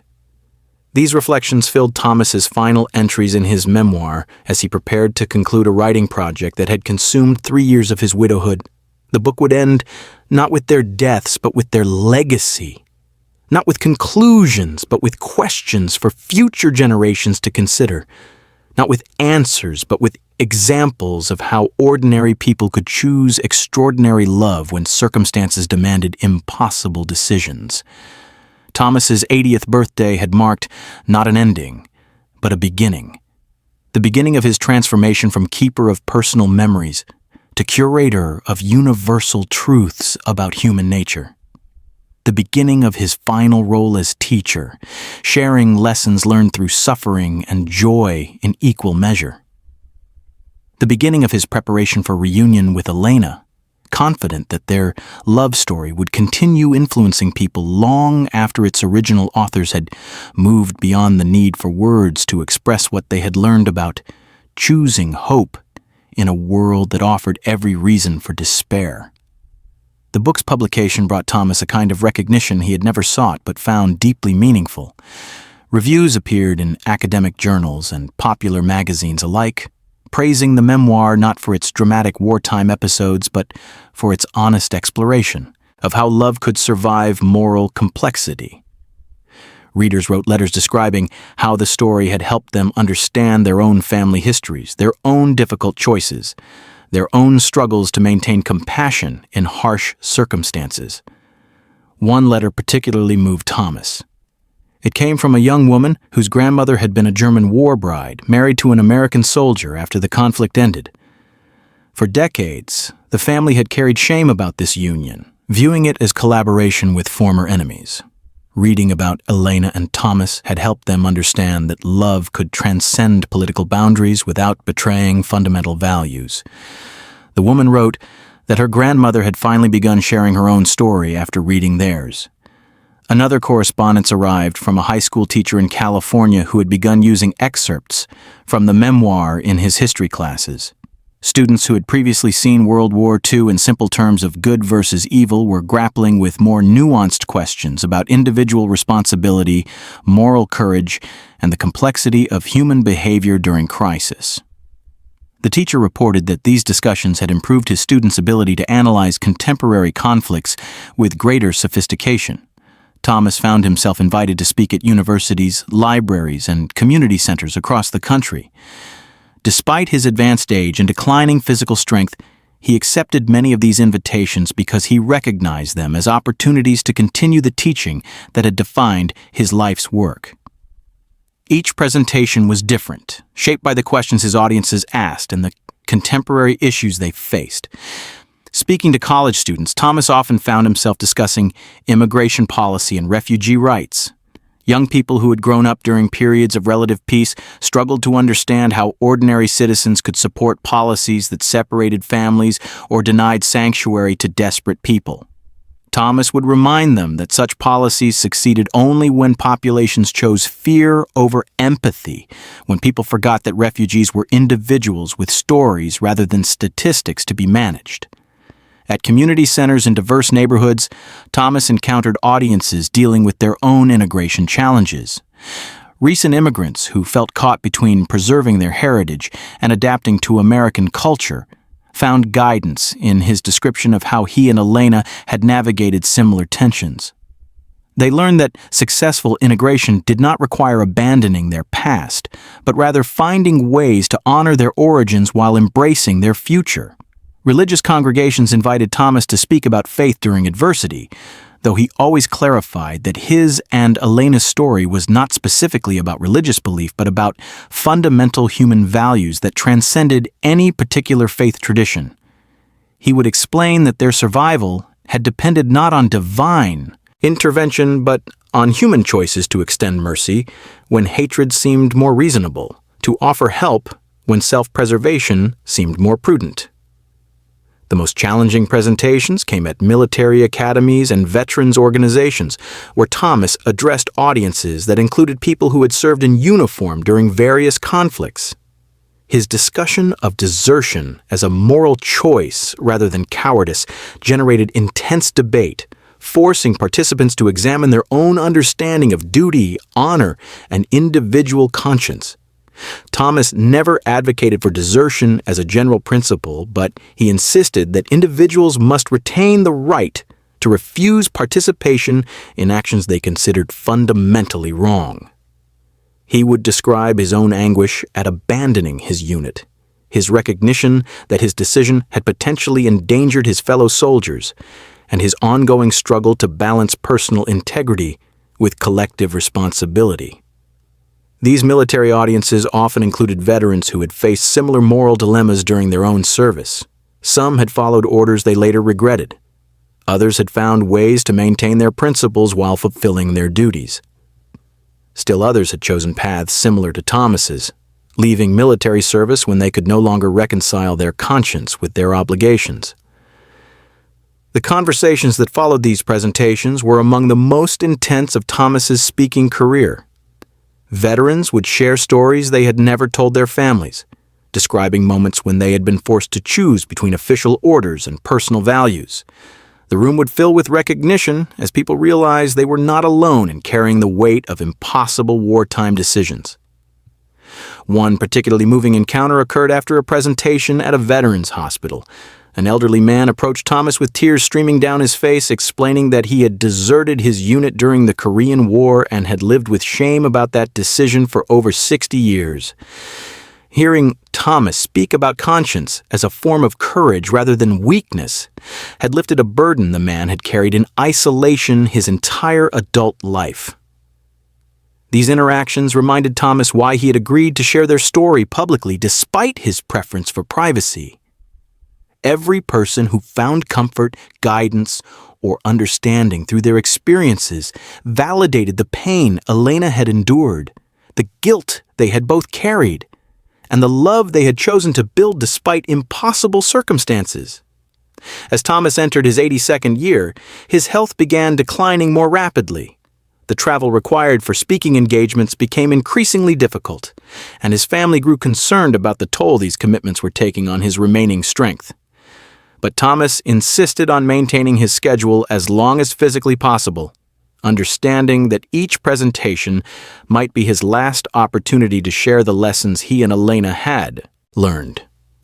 Maria, still serving as his caregiver and now his collaborator on various writing projects, helped Thomas develop ways to continue his teaching despite his physical limitations.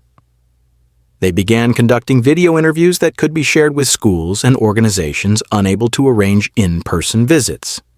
These recordings captured not just Thomas's words, but his expressions, his gestures, and the emotional intensity he brought to sharing their story. The video project expanded to include interviews with other members of their community who had been touched by Elena and Thomas's example. Their children shared perspectives on growing up as the products of an impossible wartime romance. Former students described how Thomas's teaching had shaped their understanding of moral complexity. Fellow refugees reflected on how the couple's successful integration had provided hope during their own adjustment struggles.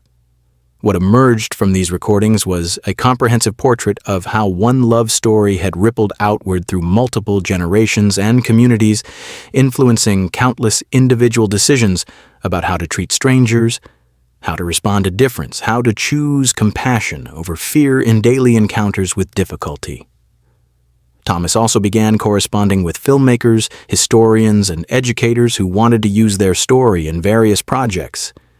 He reviewed scripts for dramatic adaptations, consulted on curriculum materials for Holocaust education programs, and provided guidance for documentaries about refugee experiences. Each of these collaborations required him to revisit painful memories while ensuring that their experiences were presented accurately rather than sentimentalized. The most ambitious of these projects was a virtual reality experience being developed by a technology company that specialized in historical education. Users would be able to walk through recreated versions of Elena's apartment, the farmhouse where they had hidden, and the displaced persons camp where they had begun rebuilding their lives. Thomas served as a consultant on historical accuracy while grappling with the strange experience of seeing his memories transformed into digital environments that future students would explore. This virtual reality project raised questions about how historical trauma should be presented to generations who had no direct experience with such events. Thomas worried that immersive technology might make suffering feel like entertainment, but he also recognized its potential for helping young people understand the human cost of political decisions and the importance of individual moral choices. Working with the development team, Thomas insisted that the virtual experience include not just the dramatic moments of their story, but the quiet, daily choices that had sustained their relationship.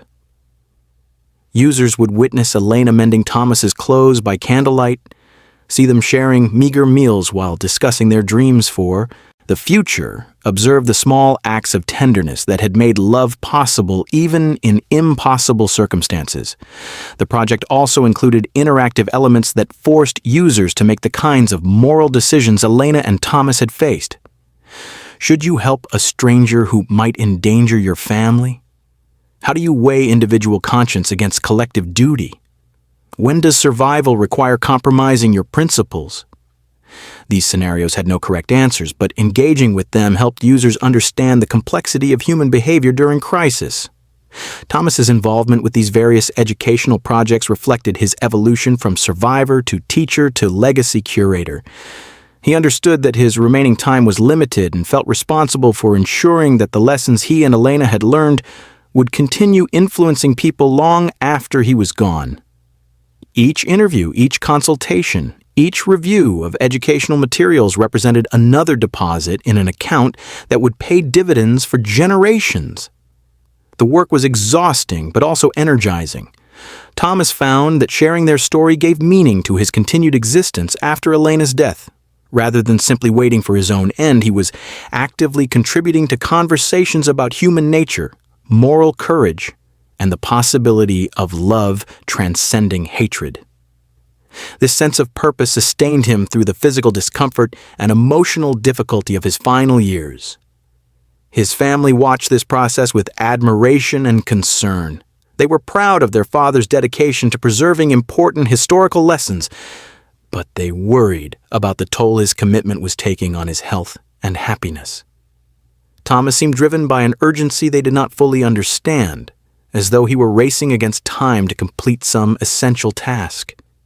The urgency became clearer during a family gathering for Thomas's 83rd birthday.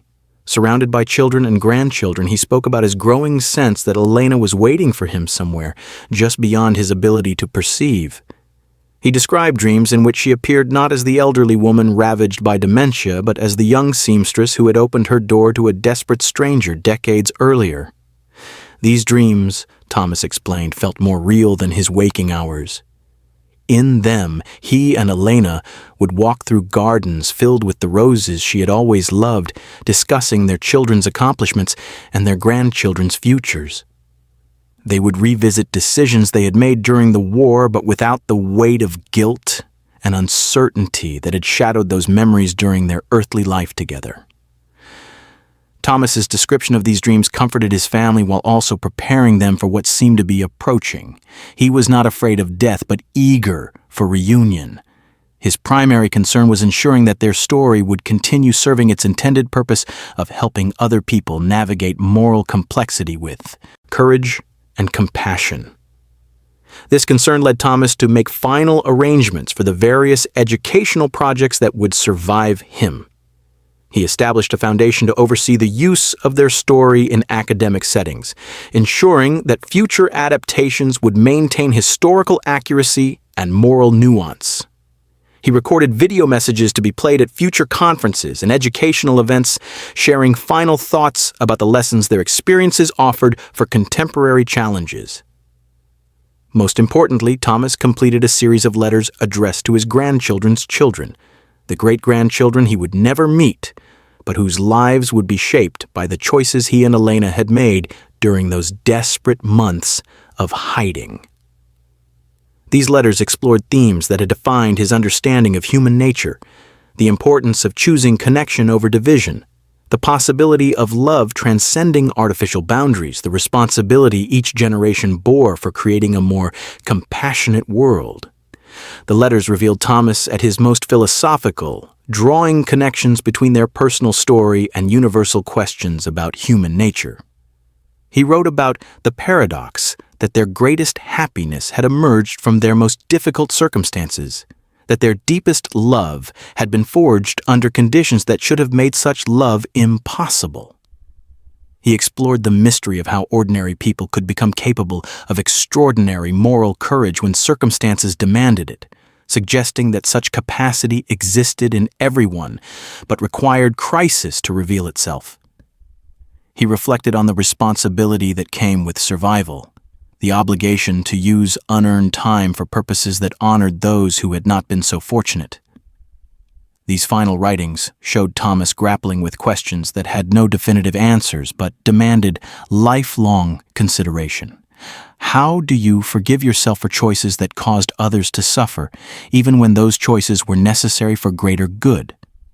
How do you maintain hope when evidence suggests that human beings are more inclined toward hatred than love? How do you pass on wisdom without imposing the limitations of your own experience on future generations? Thomas's last public appearance came at a conference on refugee rights held at his daughter's university. Too frail to travel, he participated via video link from his home, with Maria's assistants managing the technology. His presentation lasted only 20 minutes, but those in attendance later described it as one of the most powerful speeches they had ever heard. Speaking directly to the camera, Thomas addressed an audience he could not see about challenges they were facing in their own time. He acknowledged that each generation confronted moral dilemmas specific to their historical moment, but insisted that certain principles remained constant across time and circumstances.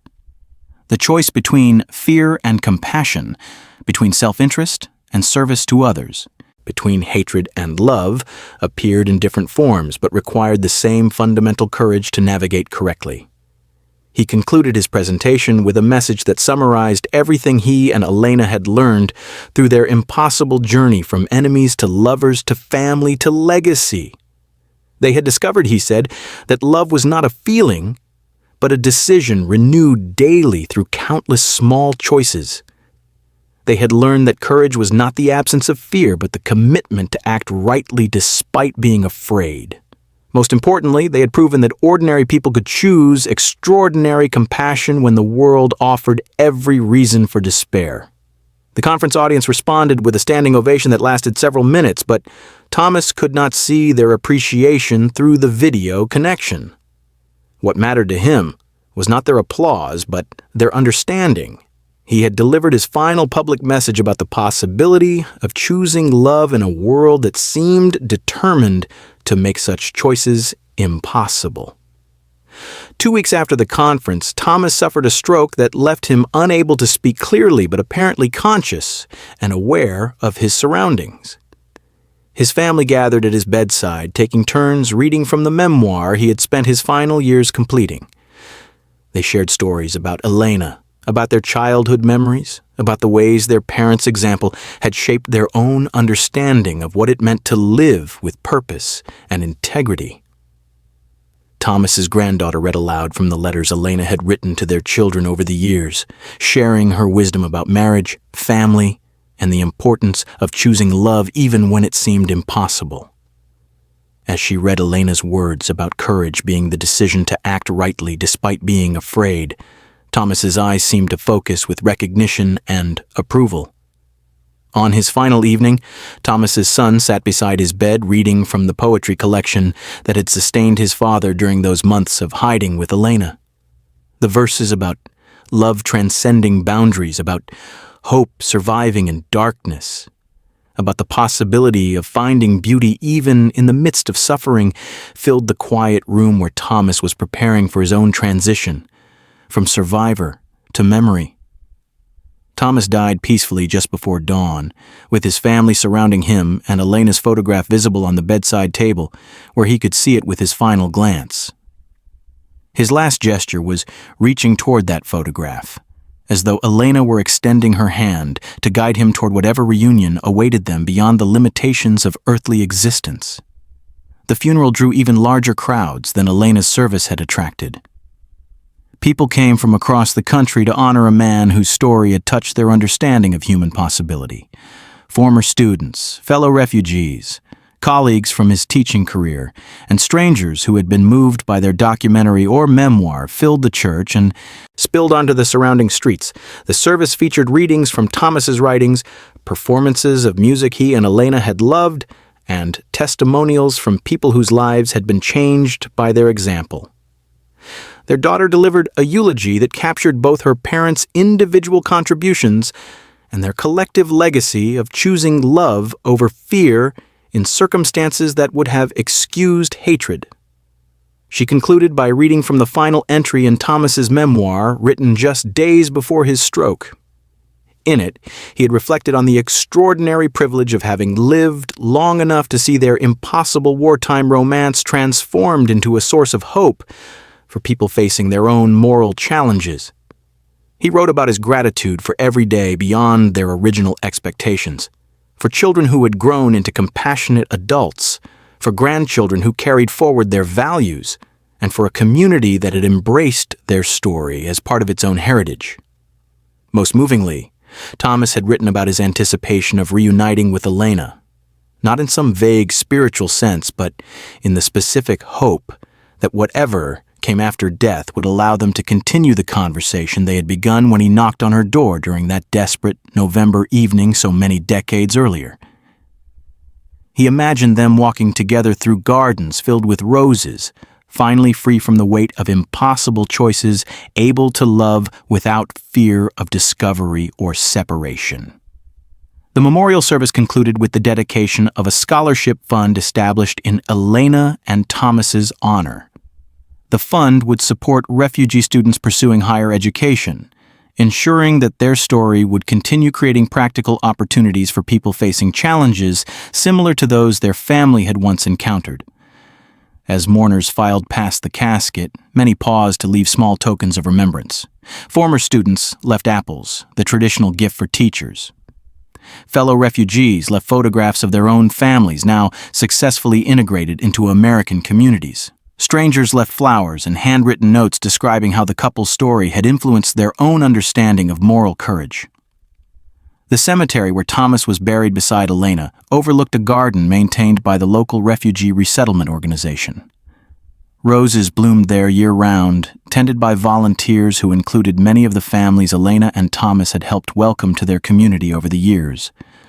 The garden served as a living memorial to their belief that love could create beauty, even in the most difficult circumstances.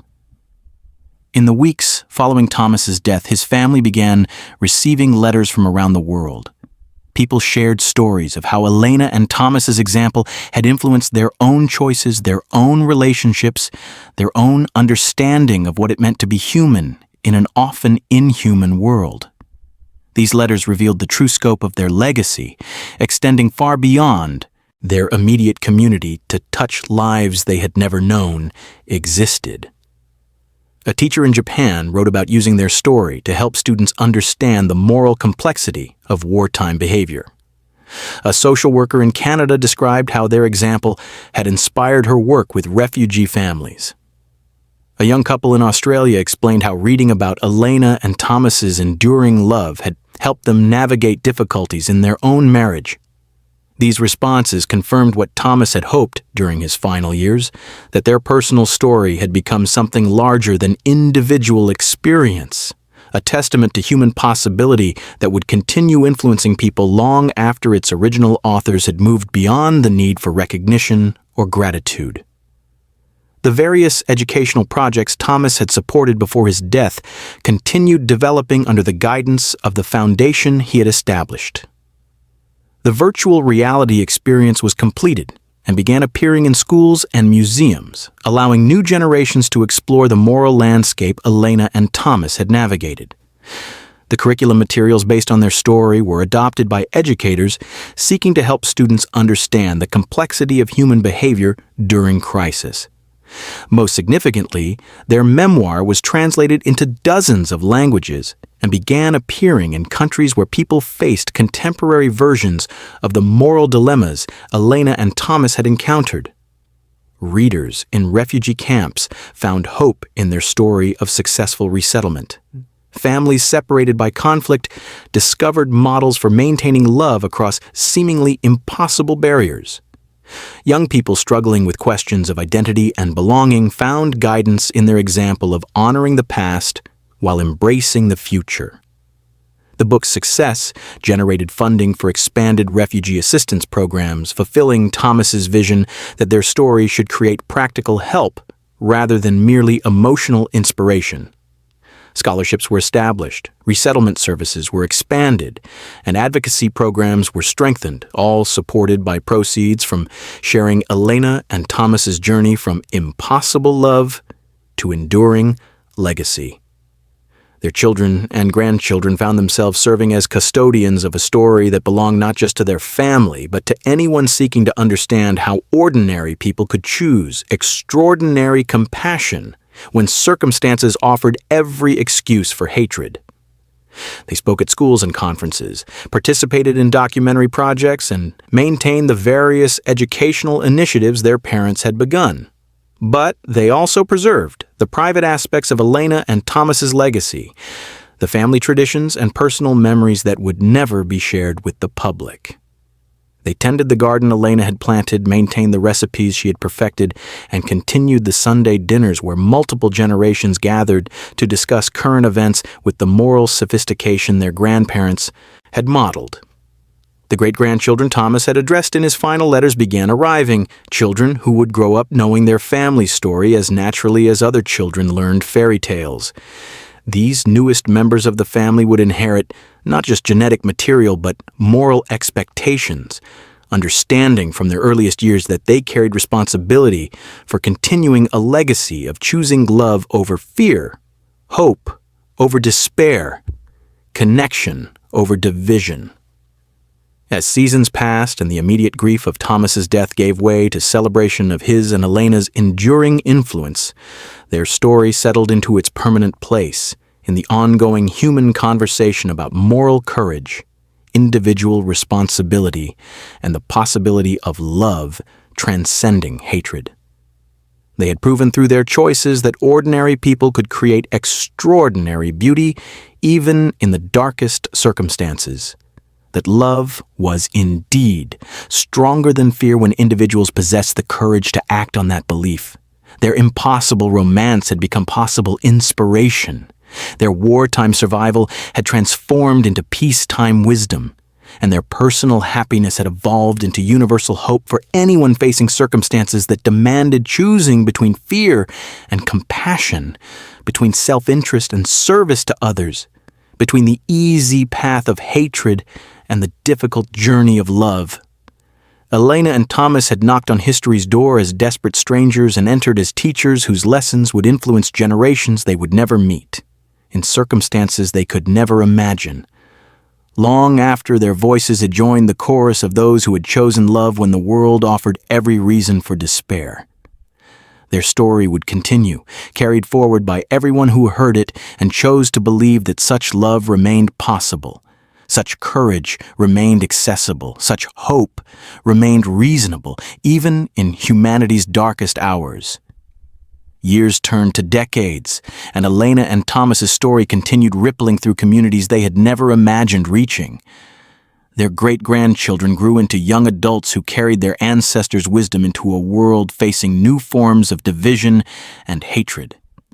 These young people found themselves navigating social media landscapes where anonymous cruelty flourished, political climates where compromise seemed impossible, and global challenges that required the kind of moral courage their great-grandparents had demonstrated during humanity's darkest chapter. One of their great-granddaughters, Sarah, became a documentary filmmaker specializing in stories of reconciliation across cultural divides. She traveled to regions scarred by contemporary conflicts, seeking individuals who had chosen compassion over vengeance, understanding over prejudice. In refugee camps along contested borders, she found people making choices remarkably similar to those Elena had faced when she opened her door to Thomas decades earlier. In Bosnia, Sarah interviewed a Muslim woman who had hidden her Serbian neighbor's children during ethnic cleansing campaigns, risking her own family's safety to protect those whom propaganda had labeled enemies. The woman spoke of sleepless nights, wondering if she was endangering her own children by sheltering others, echoing the moral complexity Elena had navigated when protecting Thomas meant potentially sacrificing her entire community's safety. In Rwanda, Sarah documented the story of a Tutsi survivor who had forgiven the Hutu neighbor who had participated in killing her family, choosing to work together on reconciliation projects rather than pursuing revenge. The survivor explained that hatred had already consumed too much of her country's future, that only love could break cycles of violence that threatened to destroy another generation.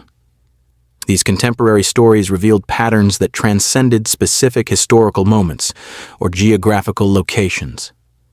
Across cultures and conflicts, certain individuals chose to see shared humanity rather than imposed differences, to extend mercy rather than demand justice, to build bridges rather than fortify walls.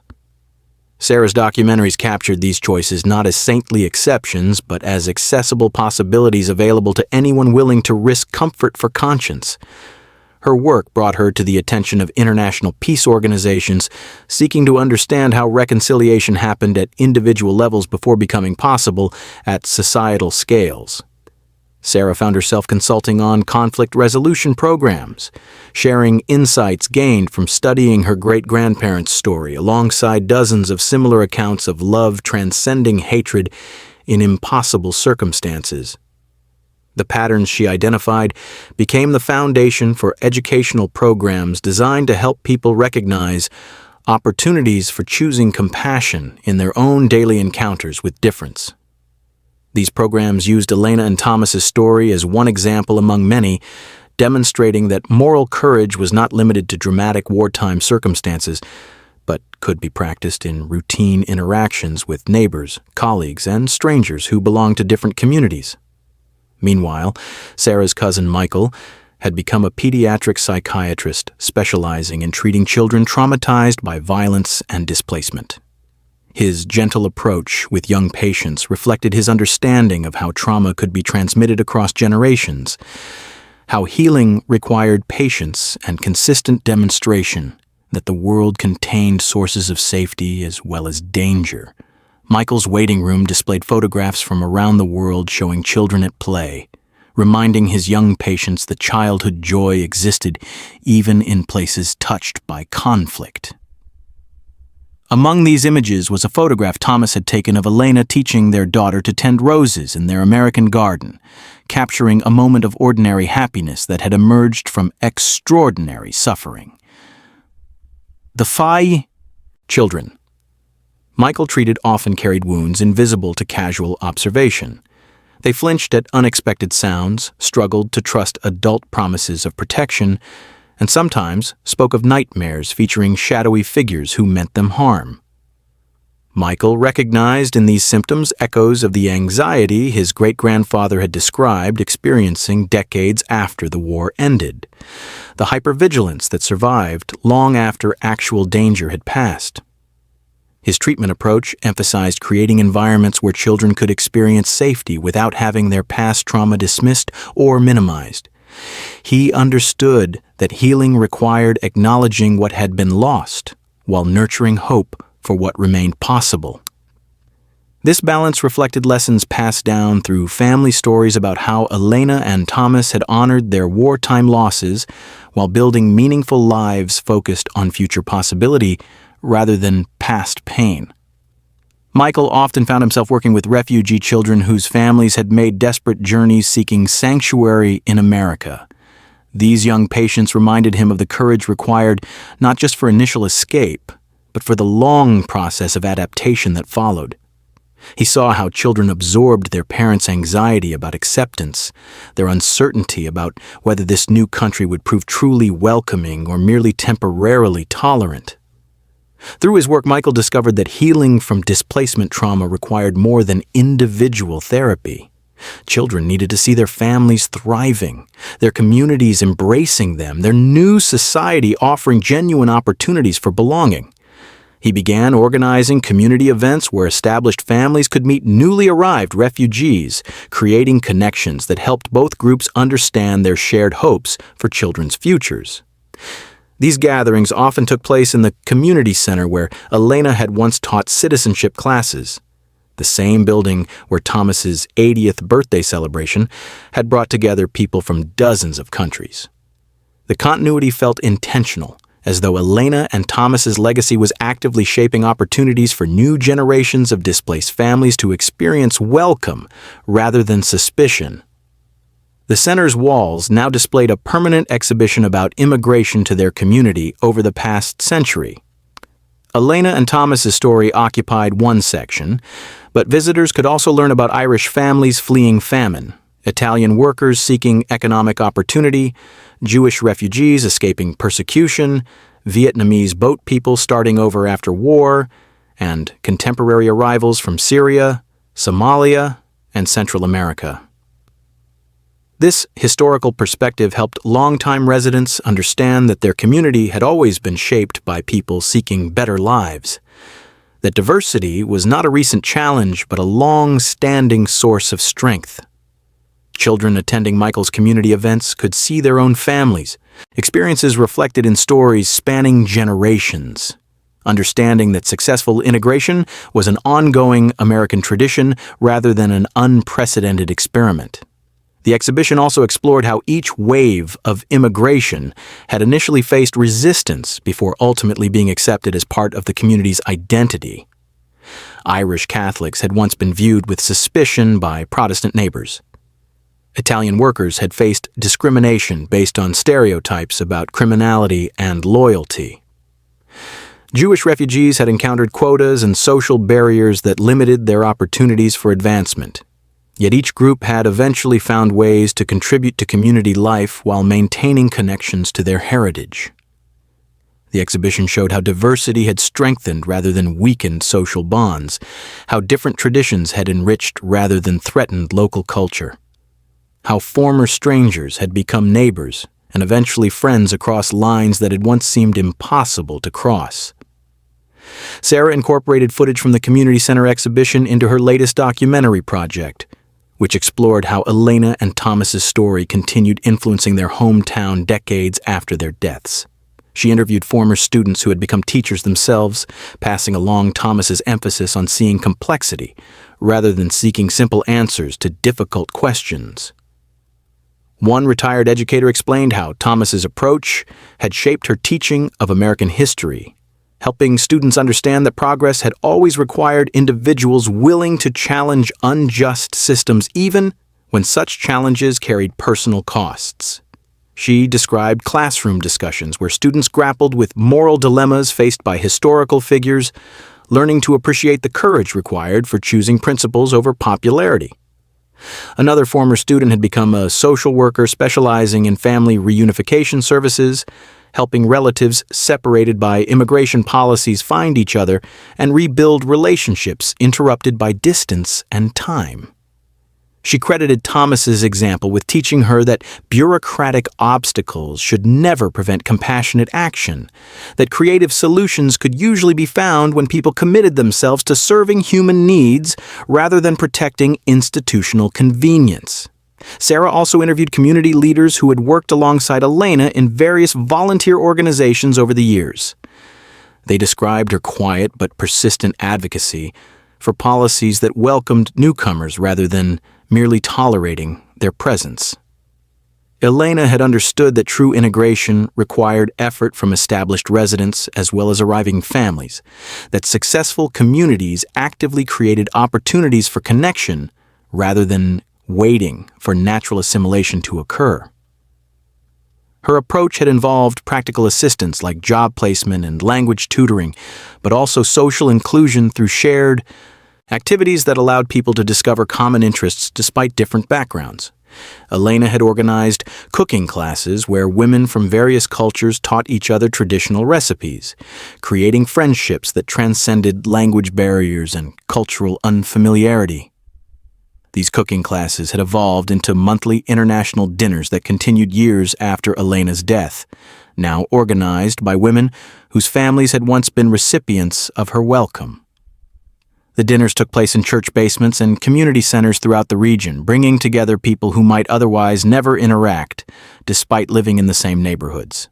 Sarah attended one of these dinners while filming her documentary, observing how naturally conversation flowed between families whose origins spanned 6 continents, but whose current concerns focused on shared challenges like raising teenagers, caring for aging parents, and finding meaning in work that often felt more routine than fulfilling. The evening reminded her of Sunday dinners at her great-grandparents' home, where multiple generations had gathered to discuss current events with the moral sophistication Elena and Thomas had modeled through their daily choices. These contemporary gatherings served similar functions, creating spaces where people could explore complex questions without fear of judgment or ridicule. During the dinner, Sarah interviewed a young mother from Somalia who had arrived in the community just 2 years earlier. The woman spoke about initial fears that her children would lose connection to their heritage while adapting to American culture, concerns that echoed Elena's own worries about maintaining identity while embracing new possibilities.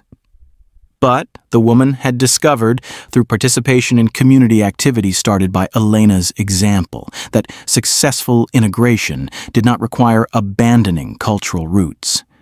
Her children were learning English while maintaining fluency in their native language, participating in American traditions while observing religious practices from their homeland, making friends across ethnic lines while understanding their own family's unique history. This balance reflected lessons Elena and Thomas had modeled throughout their American lives, showing how people could honor their past while fully embracing their future, how diversity could strengthen rather than threaten community bonds when approached with intentional effort to create understanding across difference. The Somali mother's story became a central element in Sarah's documentary, illustrating how Elena and Thomas's legacy continued creating practical opportunities for newcomers to experience welcome rather than mere tolerance.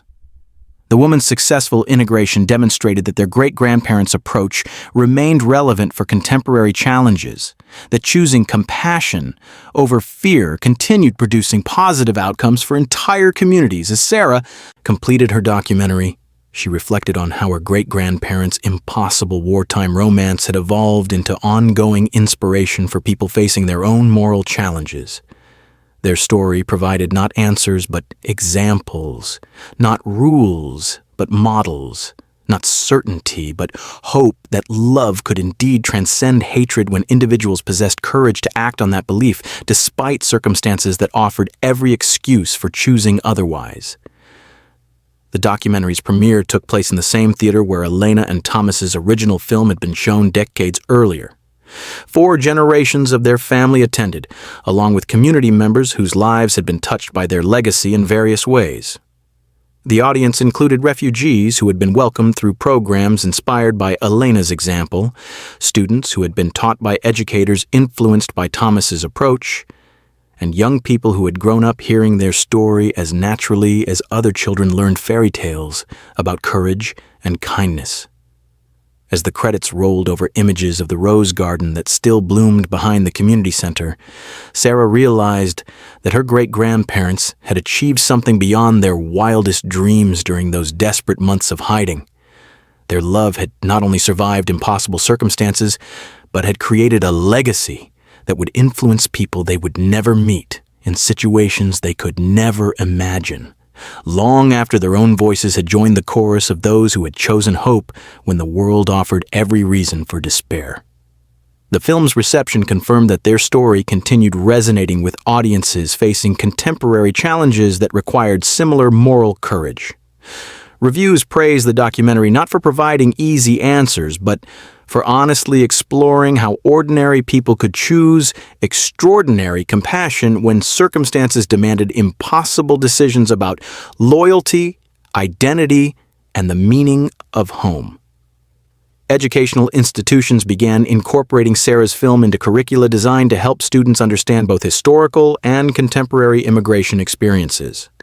The documentary provided context for discussions about current refugee policies, community responses to diversity, and individual responsibilities for creating inclusive societies where everyone could contribute their talents while maintaining connections to their heritage. International film festivals selected the documentary for screenings focused on reconciliation and peace-building themes. Audiences in countries experiencing their own conflicts found relevance in Elena and Thomas's example of love transcending artificial boundaries created by politics and propaganda. Their story offered hope that individual choices for compassion could eventually influence broader social attitudes toward former enemies and current strangers.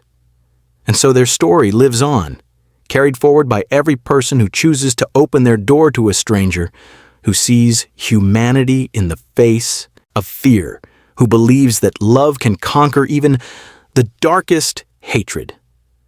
Elena and Thomas proved that in our most impossible moments we discover who we truly are.